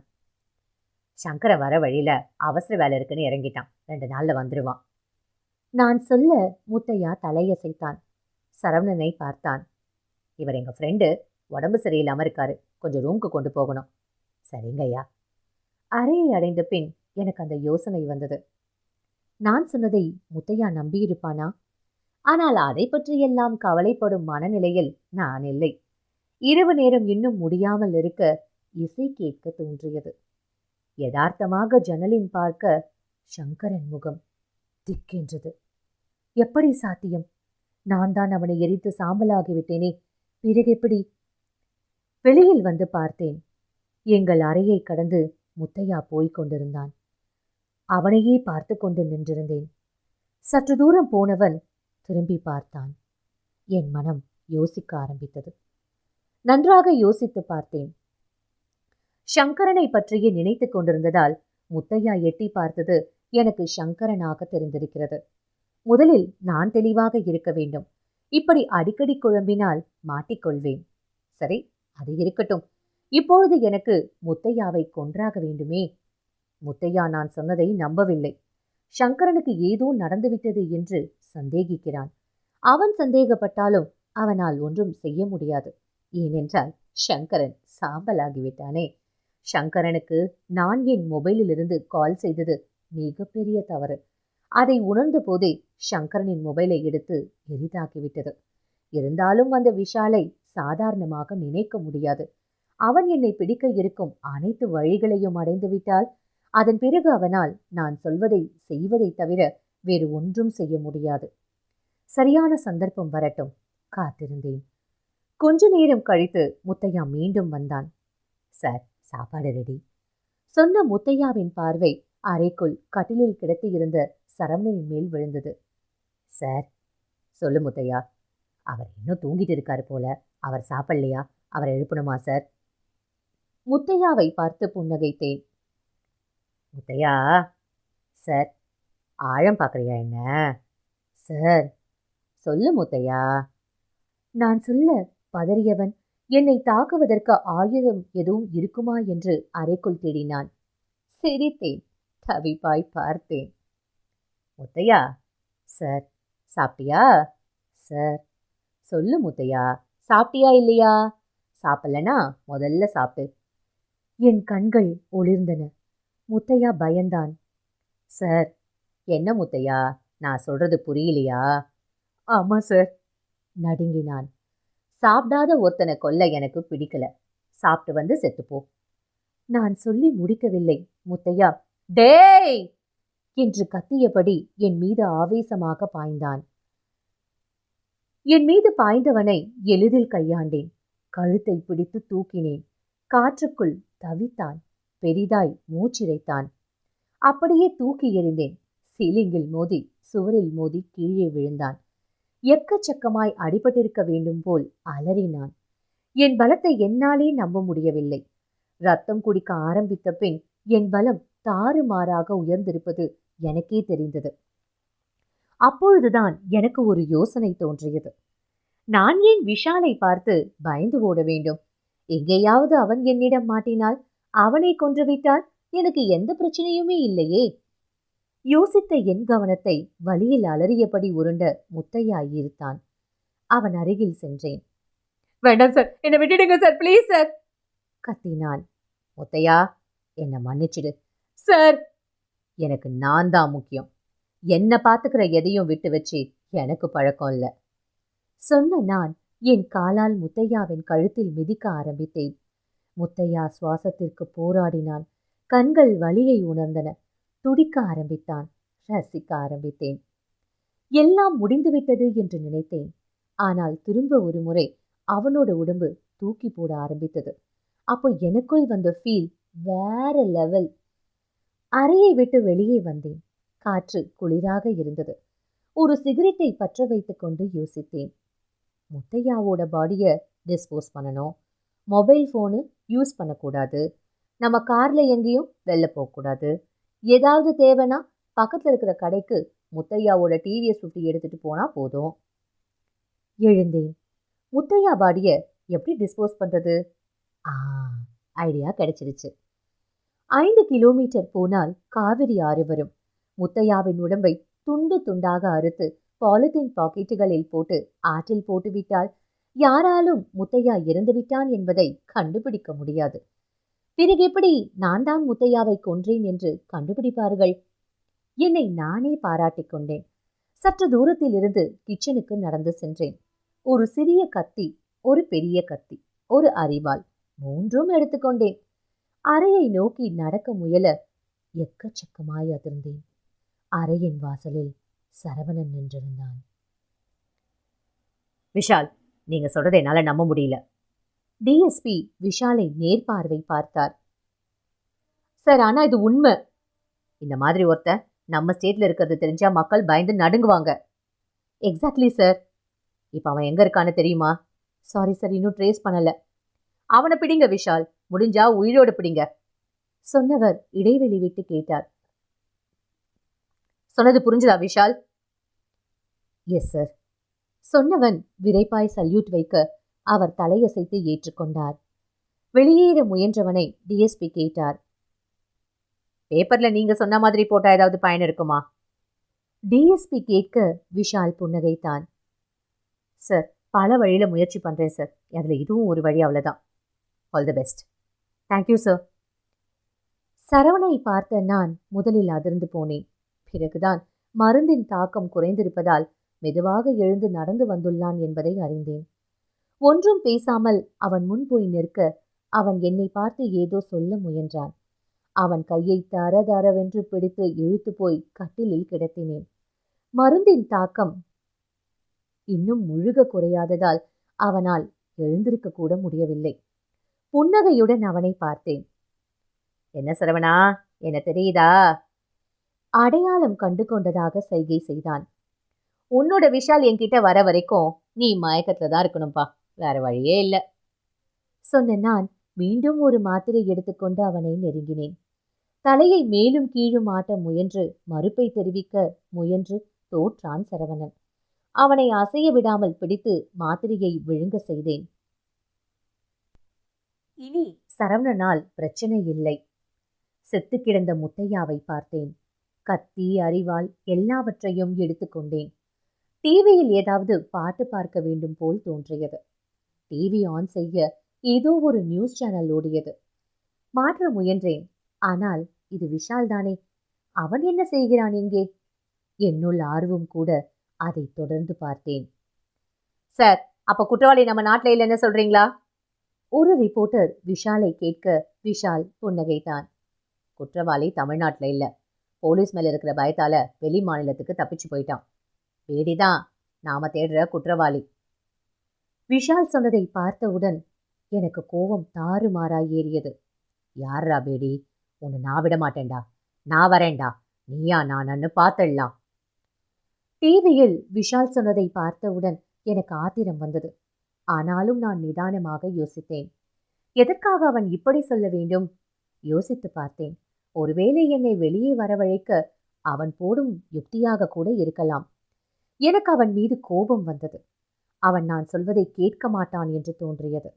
அதே நேரத்தில் அவன் என்னை பற்றிய எந்த ஒரு தகவலும் வெளியிடவில்லை என்பதை அவன் பேச்சின் மூலம் உறுதி செய்து கொண்டேன்.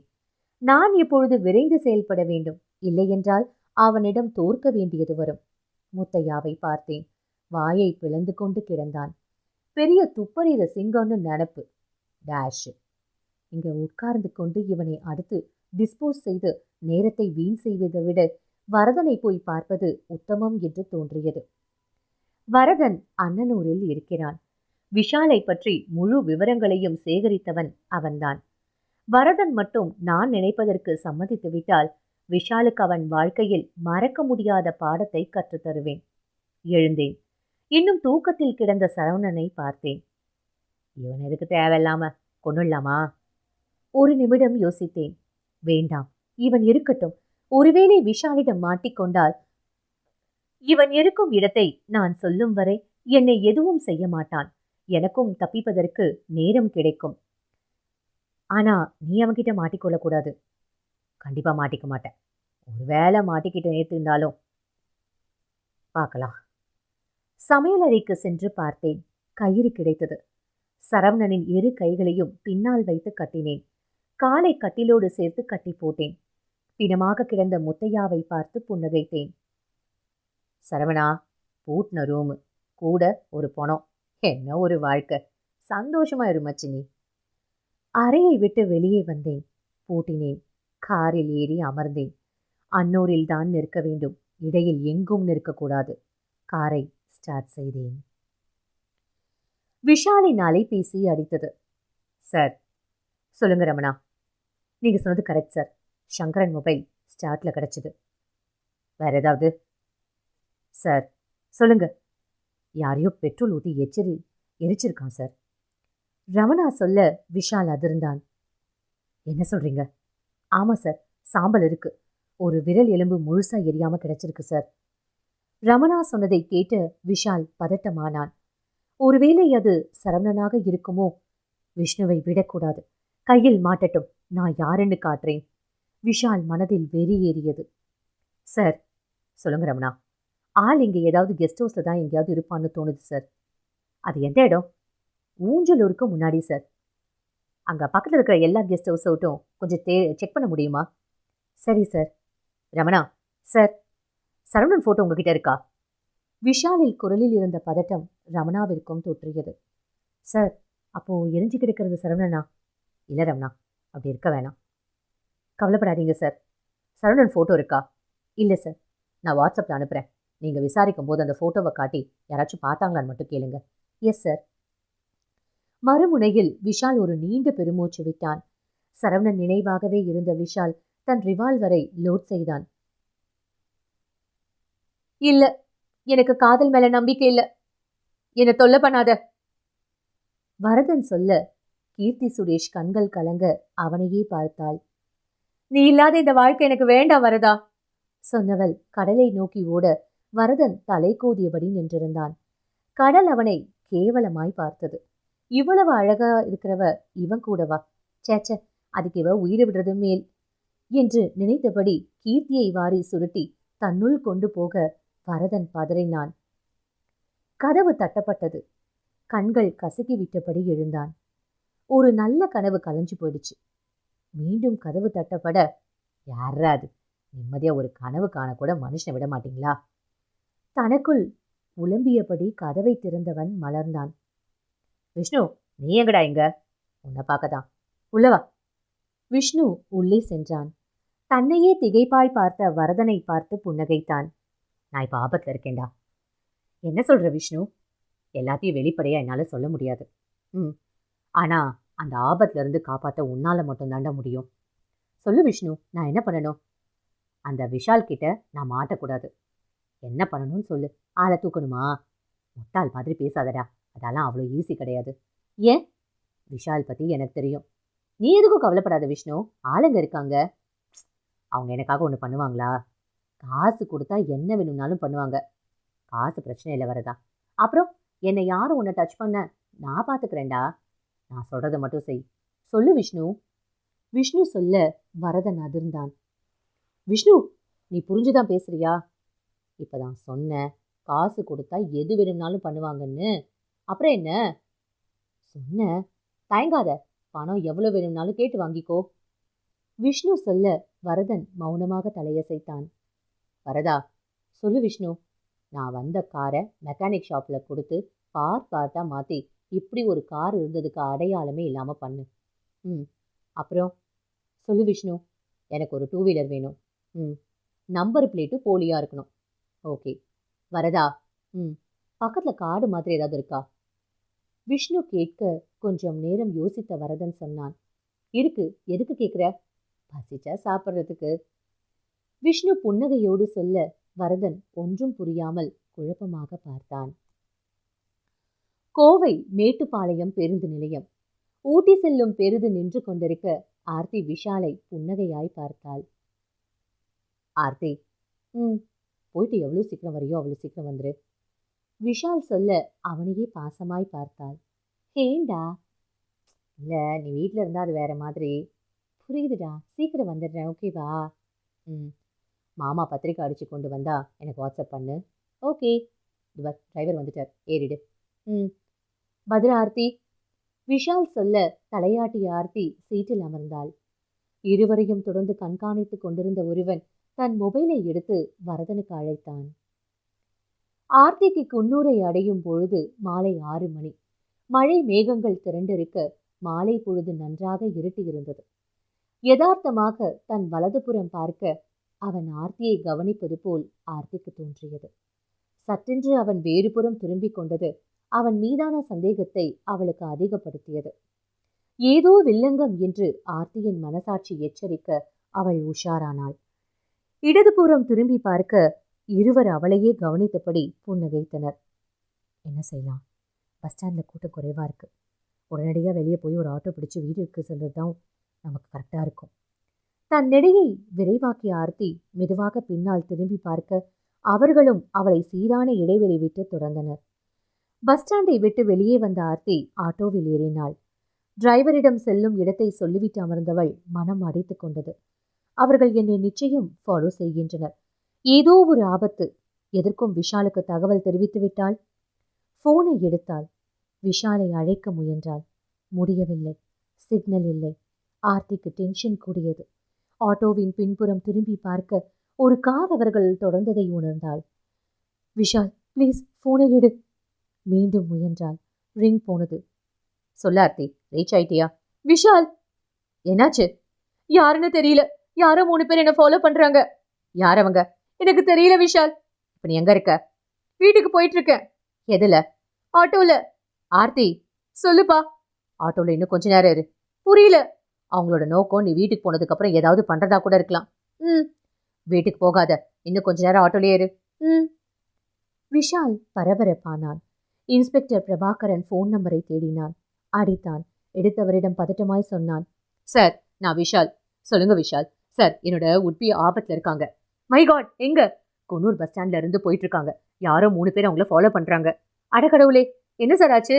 நான் இப்போ குன்னூர்ல இல்லை விஷால். எனக்கு போன மாசம் தான் டிரான்ஸ்ஃபர் ஆச்சு. பிரபாகரன் சொல்ல விஷால் அதிர்ந்தான். என்னம்மா சொல்றீங்க? அண்ணா, கொஞ்சம் அட்ஜஸ்ட் பண்ணிக்கோங்க. யாரோ 3 பேர் என்ன துரத்துறாங்க. இதெல்லாம் என்கிட்ட சொல்லாதீங்கம்மா. இன்னும் கொஞ்ச நேரம் எங்கேயாவது போங்க ப்ளீஸ் அண்ணா. ஆர்த்தி கெஞ்ச ஆட்டோ டிரைவர் சம்மதிக்கவில்லை. மழை பெய்யற மாதிரி இருக்குமா, நான் வீட்டுக்கு போகணும். நீங்க எங்க போகணும்னு சொல்லுங்க, இறக்கி விட்டுடுறேன். அவர் தீர்மானமாக சொல்ல ஆர்த்திக்கு வேறு வழி ஒன்றும் இருப்பதாக தெரியவில்லை. சரிண்ணா, நீங்க போங்க. அடுத்த 5வது நிமிடத்தில் தன் வீட்டின் முன் இறங்கினாள். ஆட்டோ புறப்பட்டு போய்விட படிக்கட்டில் வேகமாக ஏறி மாடிக்கு சென்றாள். முதலில் வீட்டுக்குள் போய்விட்டு கதவை சாத்திவிட எந்த பிரச்சனையும் இல்லை. தனக்குள் எண்ணியவள் வீட்டிற்குள் நுழைந்தவுடன் வாசல் கதவை சாற்றினாள்.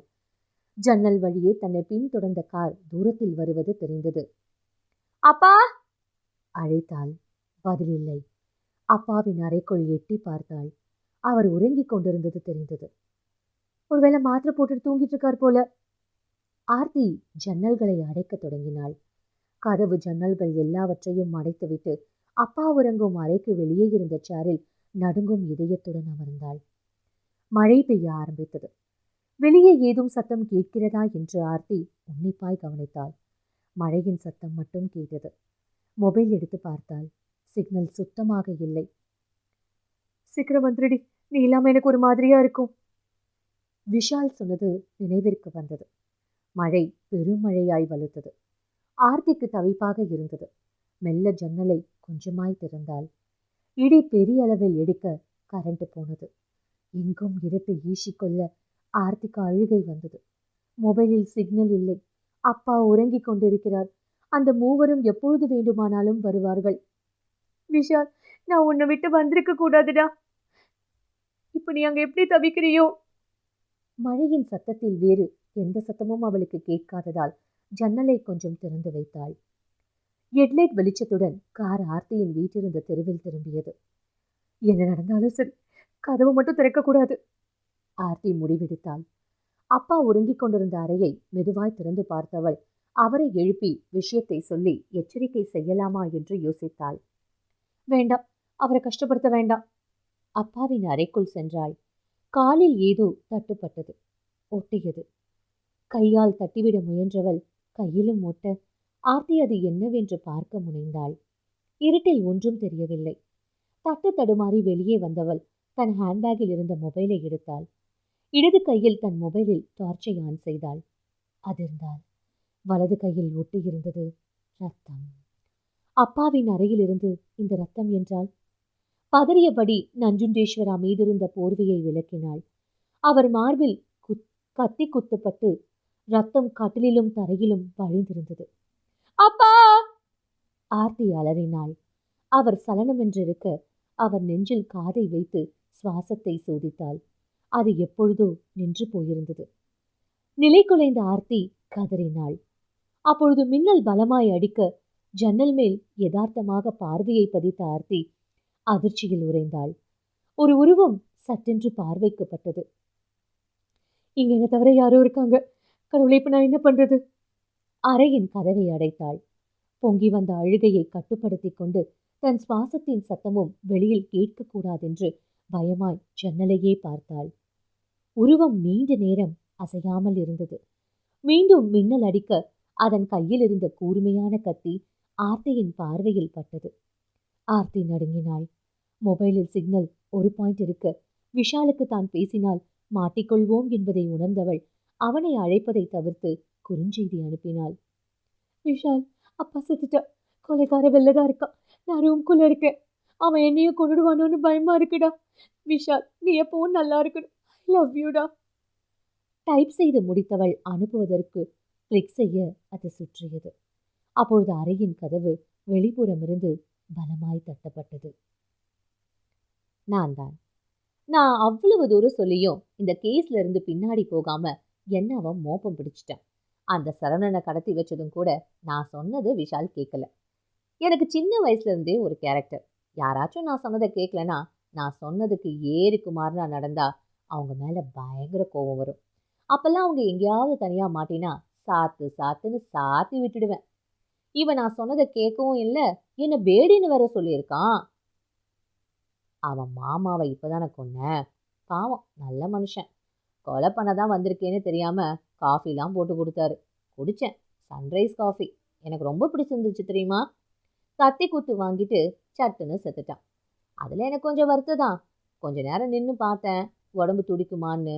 இல்லை, ரொம்ப ஏமாத்தமாயிடுச்சு. அப்போதான் வரதன் ஃபோன் பண்ணான். அவன் காதலி குன்னூருக்கு பஸ் ஏறிட்டதா. எவ்வளோ சந்தோஷமா இருந்தது. கடவுள் இருக்கான் குமாரு, இல்லைன்னா எனக்குன்னு ஒரு பலிக்கடாவை திரும்ப அனுப்பிச்சிருப்பாரா. இங்கேயே வரவளை கொண்டுடலாமான்னு பார்த்தேன். அப்பதான் தெரிஞ்சது விடிஞ்சா பௌர்ணமின்னு. வரதன் சொன்ன காட்டுக்கு இவ்வளோ கொண்டு போய் என்னோட பசிக்கு இரையாக்கிக்கிறது உத்தமம்னு தோணுச்சு. கதவை தட்டினேன், திறக்கல. ஒரே ஒரு ஸ்ட்ராங்கா கதவை திறந்துடுச்சு. மூளையில பார்த்தா நடுங்கிட்டு இருந்தா. என்ன அவ்வளோ பயமா பார்த்தா. உன் பேர் என்ன? அவள் பதில் சொல்லாம என்னையே பார்க்க புன்னகைச்சிட்டு இருந்தேன். பேர் என்ன? என் குரல் உயர்ந்தது. ஆர்த்தி. நல்ல பேரு சொன்னபடி அவளை நெருங்கினேன். ப்ளீஸ் வேண்டாம். அவ சொன்னது சிரிப்பா இருந்துச்சு. எனக்கு வேணுமே கொஞ்சம் ரத்தம். நீ நீ அதிர்ந்தாள். நான் அவளை மாதிரியே மிமிக்ரி செய்தேன். உன் காதலனை என் விஷயத்தை தலையிடாதன்னு எவ்வளவோ எச்சரிக்கை பண்ணியும் அவன் கேட்கல. சரிவா போலாம். அவள் தோளை பற்றினேன். விடு ப்ளீஸ், என்னை விட்டுடு திமிரினாள். அவளை அப்படியே தலைக்கு மேல் தூக்கிட்டேன். மாடியிலிருந்து இறங்கினேன். கீழே வரதனும் அவன் ஏற்பாடு சென்ற 2 பேரும் இருந்தார்கள். மழை பெய்ததும் இருட்டாக இருந்ததும் எங்களுக்கு வசதியாக இருந்தது. யாரும் எங்களை பார்க்கவில்லை. பார்த்தாலும் அதையெல்லாம் பொருட்படுத்தும் மனநிலையில் நான் இல்லை. ஆர்த்தியை காரின் பின் சீட்டில் தொப்பென்று போட்டேன். வரதனும் கூட இருந்த இருவரும் என்னையே பார்த்தனர். சொல்லு விஷ்ணு, வரதன் கேட்டான். நான் இவளை கூட்டிட்டு போயிடுறேன்டா. நீங்க 3 பேரும் வீட்டில் இருங்க, நான் சீக்கிரமா வந்துடுறேன். ஓகே விஷ்ணு. நான் காரை கிளப்பினேன். மழை அதிகம்தான். ஆனால் நான் என் வேகத்தை குறைக்கவில்லை. காட்டுப்பகுதி. 1/2 மணி நேரத்தில் சென்று விட்டேன். காரை நிறுத்தி வெளியே இறங்கினேன். ஆர்த்தியை பிடித்து வெளியில் போட்டேன். அவள் கண்களில் கண்ணீர் வழிய என்னை பார்த்தாள். உன்கிட்ட ஒன்று கேட்கவா? கேளு. எதுக்கு இப்படி பண்ற? நீ பண்றது தப்புன்னு தெரியலையா? உன்னோட வாழ்க்கையை நீயே அழிக்க போற. மூச்சு விடாமல் பேசிய ஆர்த்தியை பார்த்து புன்னகைத்தேன். நான் எதுவுமே தெரியாம பண்ணல. எனக்கு நல்லா தெரியும் நான் என்ன தப்பு பண்றேன்னு. எனக்கு நல்லா தெரிஞ்சுதான் நான் செய்யறேன். எதுவுமே தெரியாம செஞ்சிட்டேன்னு சொல்றதுக்கு நான் ஒன்றும் சின்ன பையன் கிடையாது, புரியுதா? இல்ல, நான் என்ன சொல்ல வரேனா? ஆர்த்தியை முடிக்க விடவில்லை நான்.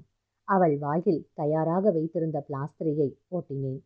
இன்னும் மழை பெய்து கொண்டிருந்ததால் நிலா மேகங்களுக்கிடையே மறைந்திருந்தது. காரின் ஆடியோ சிஸ்டத்தை ஆன் செய்தேன். எந்த பாட்டு வைக்கலாம் யோசிச்சேன். எனக்கு யேசுதாஸ் பாட்டுனா ரொம்ப பிடிக்கும். பாட்டை போட்டேன். காட்டில் மழையில் அந்த குரலில் அந்த இசையில் ஆர்த்தியை கொல்லப் போகிறேன் என்ற நினைப்பே ஜிவ்வு என்றது. அந்த உணர்வை வார்த்தையால் சொல்ல முடியாது. நிலா, நீ ஏன் இன்னும் வரல? எனக்கு நிலா நேரம் தவறியது கொஞ்சம் கோபமாக இருந்தது. வழக்கமா நீ வந்து யாரையாவது பிடிக்க சொல்லி துரத்துவ. ஆனா இப்ப எல்லாமே ரெடியா இருந்தும் நீ வரலையே. டூ பேட் நிலா. தனியாக நிலாவுடன் நான் பேசியதை வாயில் பிளாஸ்டரியுடன் பயமாய் பார்த்தாள் ஆர்த்தி. நிலா வரட்டும், அதுவரை காத்திருப்போம். ஆர்த்தி என்று கத்த அவளை பார்த்து சிரித்தேன். இந்த உலகத்துல நான் தான் பெரிய ஆளுன்னு யாரும் நினைக்க கூடாது. அவனுக்கு அப்பா ஒருத்தர் இருப்பான்ல. ஆர்த்தியின் கண்களில் இருந்து கண்ணீர் வர, மழை நீர் உன் கண்ணீருடன் கலந்ததா, இல்லை உன் கண்ணீர் மழை நீருடன் கலந்ததா? சொன்னபடி பிளாஸ்டரியை எடுத்து விட்டேன். கோபமாய் கத்தினாள். நீ சாக போறேடா. ஆசிர்வாதத்துக்கு நன்றி. கண்டிப்பா விஷால் உன்னை விட மாட்டாரு. அதுக்கு முதல்ல அவ ஒரு உயிரோட இருக்கணுமே. என்ன சொல்ற? உண்மைய சொல்றேன். டேய், இரு, பாட்டை ஆஃப் பண்ணிட்டு வரேன். நீ கத்துறது கேட்க நல்லா இருக்கு. பாட்டை ஆஃப் செய்தேன். இப்ப கத்து. யார் நீ? ஏண்டா இப்படி டார்ச்சர் பண்ற? ஆர்த்தி பாவமாய் கேட்டாள். நான் சிரித்தேன். நிலா வானில் தெரிந்தது. எனக்கு பசித்தது. ஆர்த்தியிடம் நெருங்க சட்டென்று அவள் ஓட ஆரம்பித்தாள். அதை நான் எதிர்பார்க்கவில்லை. எனக்கு வெறியேறியது. நில்லடே! சட்டென்று எங்கோ மறைந்து விட்டாள். நிலாவின் கதிர்கள் என் மீது பட நான் கத்தினேன். என்னால் முடியவில்லை. தாறுமாறாக இலக்கின்றி ஓடினேன். காதை உன்னிப்பாய் தீட்ட அருகில் எங்கோ ஆர்த்தி மூச்சிரைக்கும் சத்தம். எங்கே, எங்கே, எங்கே? என் கண்கள் 4 புறமும் அலைந்தன. இருட்டு பார்வைக்கு பழகிவிட ஒவ்வொரு இடமாய் உன்னிப்பாய் கவனித்தேன். மழைநீர் ஒரு மின்னல் அடிக்க ஆர்த்தி எனக்குள் தென்பட்டாள். தப்பிக்க முனைந்தவளை விடவில்லை. அவள் கையை பற்றி தரதரவென்று இழுத்தேன். இங்க வேண்டாம் ஆர்த்தி. புன்னகைத்தபடி காருக்கு அருகில் கொண்டு சென்றேன். அவள் விடுபட போராடியும் அவளால் ஒரு இன்ச் கூட அசைய முடியவில்லை. என் பிடி அவ்வளவு உறுதி. பாட்டை போட்டேன். ஓ தென்றலே பாடியது. பல நாள் இந்த பாடலை இயேசுதாஸ் குரலில் கேட்டு கண்ணீர் வடித்திருக்கிறேன். ஆனால் இப்பொழுது புன்னகையும் வெறியும் மட்டும்தான். ஆர்த்தி கழுத்தருகே முகத்தை கொண்டு போனேன். அவள் கழுத்தை இடது கையால் சாய்த்து பிடித்தபடி என் கோரப்பல்லை. ஆர்த்தியின் கழுத்தில் தன் கோரப்பல்லை பதிக்க முயன்ற விஷ்ணு சட்டென்று மேலே பறந்து போய் தரையில் விழுந்தான். ஆர்த்தி நம்ப முடியாமல் பார்க்க விஷால் நின்றிருந்தான். விஷாலின் வலிமையான உதை விஷ்ணுவை நிலைகுலைய வைத்திருக்க சுதாரித்தான். எழுந்தான், புன்னகைத்தான். நீ வருவேன்னு தெரிஞ்ச அத்தனை ஏற்பாட்டையும் பண்ணேனே சொன்ன விஷ்ணுவை புன்னகையுடன் பார்த்த விஷால் சொன்னான். அவங்க 3 பேரும் இப்போ போலீஸ் கஸ்டடியில் இருக்காங்கப்பா. பரவாயில்லடா, நீ சாதாரண ஆள் இல்லை. உன் பாராட்டுக்கு நன்றி. கிளம்பு. எங்க? மாமியார் வீட்டுக்கு. உன் சரவணனை மறந்துட்டியா? விஷ்ணு, சரவணன் கிட்ட பேசுறியா? என்ன சொல்ற? சரவணனை நாங்கள் மீட்டுட்டோம். போய். ஏண்டா, நீ சங்கரனுக்கு ஃபோன் பண்ணியிருக்க. சங்கரன் மொபைல் கடைசியாக எங்கே ஸ்விட்ச் ஆஃப் ஆச்சுன்னு பார்த்தோம். அங்கே சாம்பல் கிடைச்சிது. அது சரவணனா இருக்குமோன்னு பயந்தேன். ஆனால் என் ஆள் ரமணாவோட சோதனையில் சரவணனை மீட்டுட்டோம். முத்தையாவை நீ கொண்டு இருக்க. அந்த சாம்பல் யாருது? விஷால் கேட்க விஷ்ணு மௌனமாக நின்றான். அவன் சட்டையை பற்றிய விஷால் பலார் என்ற கன்னத்தில் அறைய வாய்க்குள் ரத்தம் எட்டி பார்த்தது. ரத்தம் வழியும் வாயோடு சிரித்தான் விஷ்ணு. அது சங்கரந்து. அவனை ஏண்டா கொன்ன? வேற யாரும் கிடைக்கல, அதான். கிளம்புடா. இப்ப எனக்கு ரத்தம் வேணும் சொன்ன விஷ்ணு தன் தலையில் மாறி மாறி அரைந்து கொண்டான். கண்கள் சிவந்திருந்தன. முழு வேகத்தில் வந்து விஷால் மீது மோத விஷால் நிலை குலைந்து விழுந்தான். ஆர்த்தி பதறினாள். எனக்கு இன்னைக்கு இவதான்.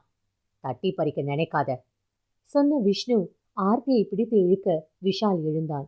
ஒரு நிமிடம் யோசித்தான். விஷ்ணுவை பிடித்தான். அவனை குறுக்கு வாக்கில் தன் முதுகுப்புறம் வைத்து இரு கைகளாலும் பிடித்தான். என்ன பண்ண போற? என விடு! விஷ்ணு கத்த விஷால் கண்டுகொள்ளவில்லை. ஜிம்மில் உடற்பயிற்சி செய்வது போல் இரு கைகளையும் முன்னால் கொண்டு வர விஷ்ணு வலியால் துடைத்தான். மீண்டும் கைகளை விரித்து இம்முறை வேகமாக கைகளை முன்னால் கொண்டு வர விஷ்ணுவின் தண்டுவடம் உடைந்தது. அவன் பயங்கரமாய் அலறினான். அவன் அப்படியே தூர எறிந்தான் விஷால். விஷ்ணு தரையில் புரண்டு துடைத்தான்.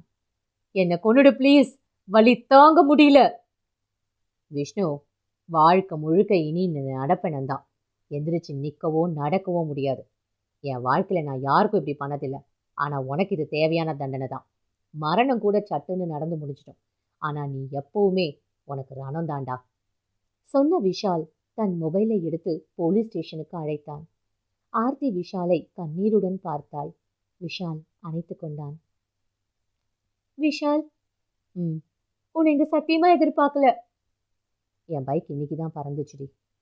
ஒன்றும் உன்னை காப்பாற்றணும், இல்லைனா நான் சாகணும்னு ட்ரைவ் பண்ணேன் சொன்னவளை இறுக்கி அணைத்து கொண்டாள் ஆர்த்தி. வா போலாம் சொன்ன விஷால் தன் புல்லட்டை ஸ்டார்ட் செய்ய ஆர்த்தி ஏறிக்கொண்டாள். அடுத்த 1/4 மணி நேரத்தில் விஷாலின் புல்லட் ஒரு ஹாஸ்பிட்டலில் நுழைந்தது. ஆர்த்தி அவனை திகைப்பாய் பார்க்க விஷால் ஒன்றும் சொல்லாமல் நடந்தான். ஆர்த்தி அவனை பின்தொடர்ந்தாள். விஷாலை காரிடாரில் பார்த்த டாக்டர் சந்திரசேகர் புன்னகைத்தார். Sir, fine.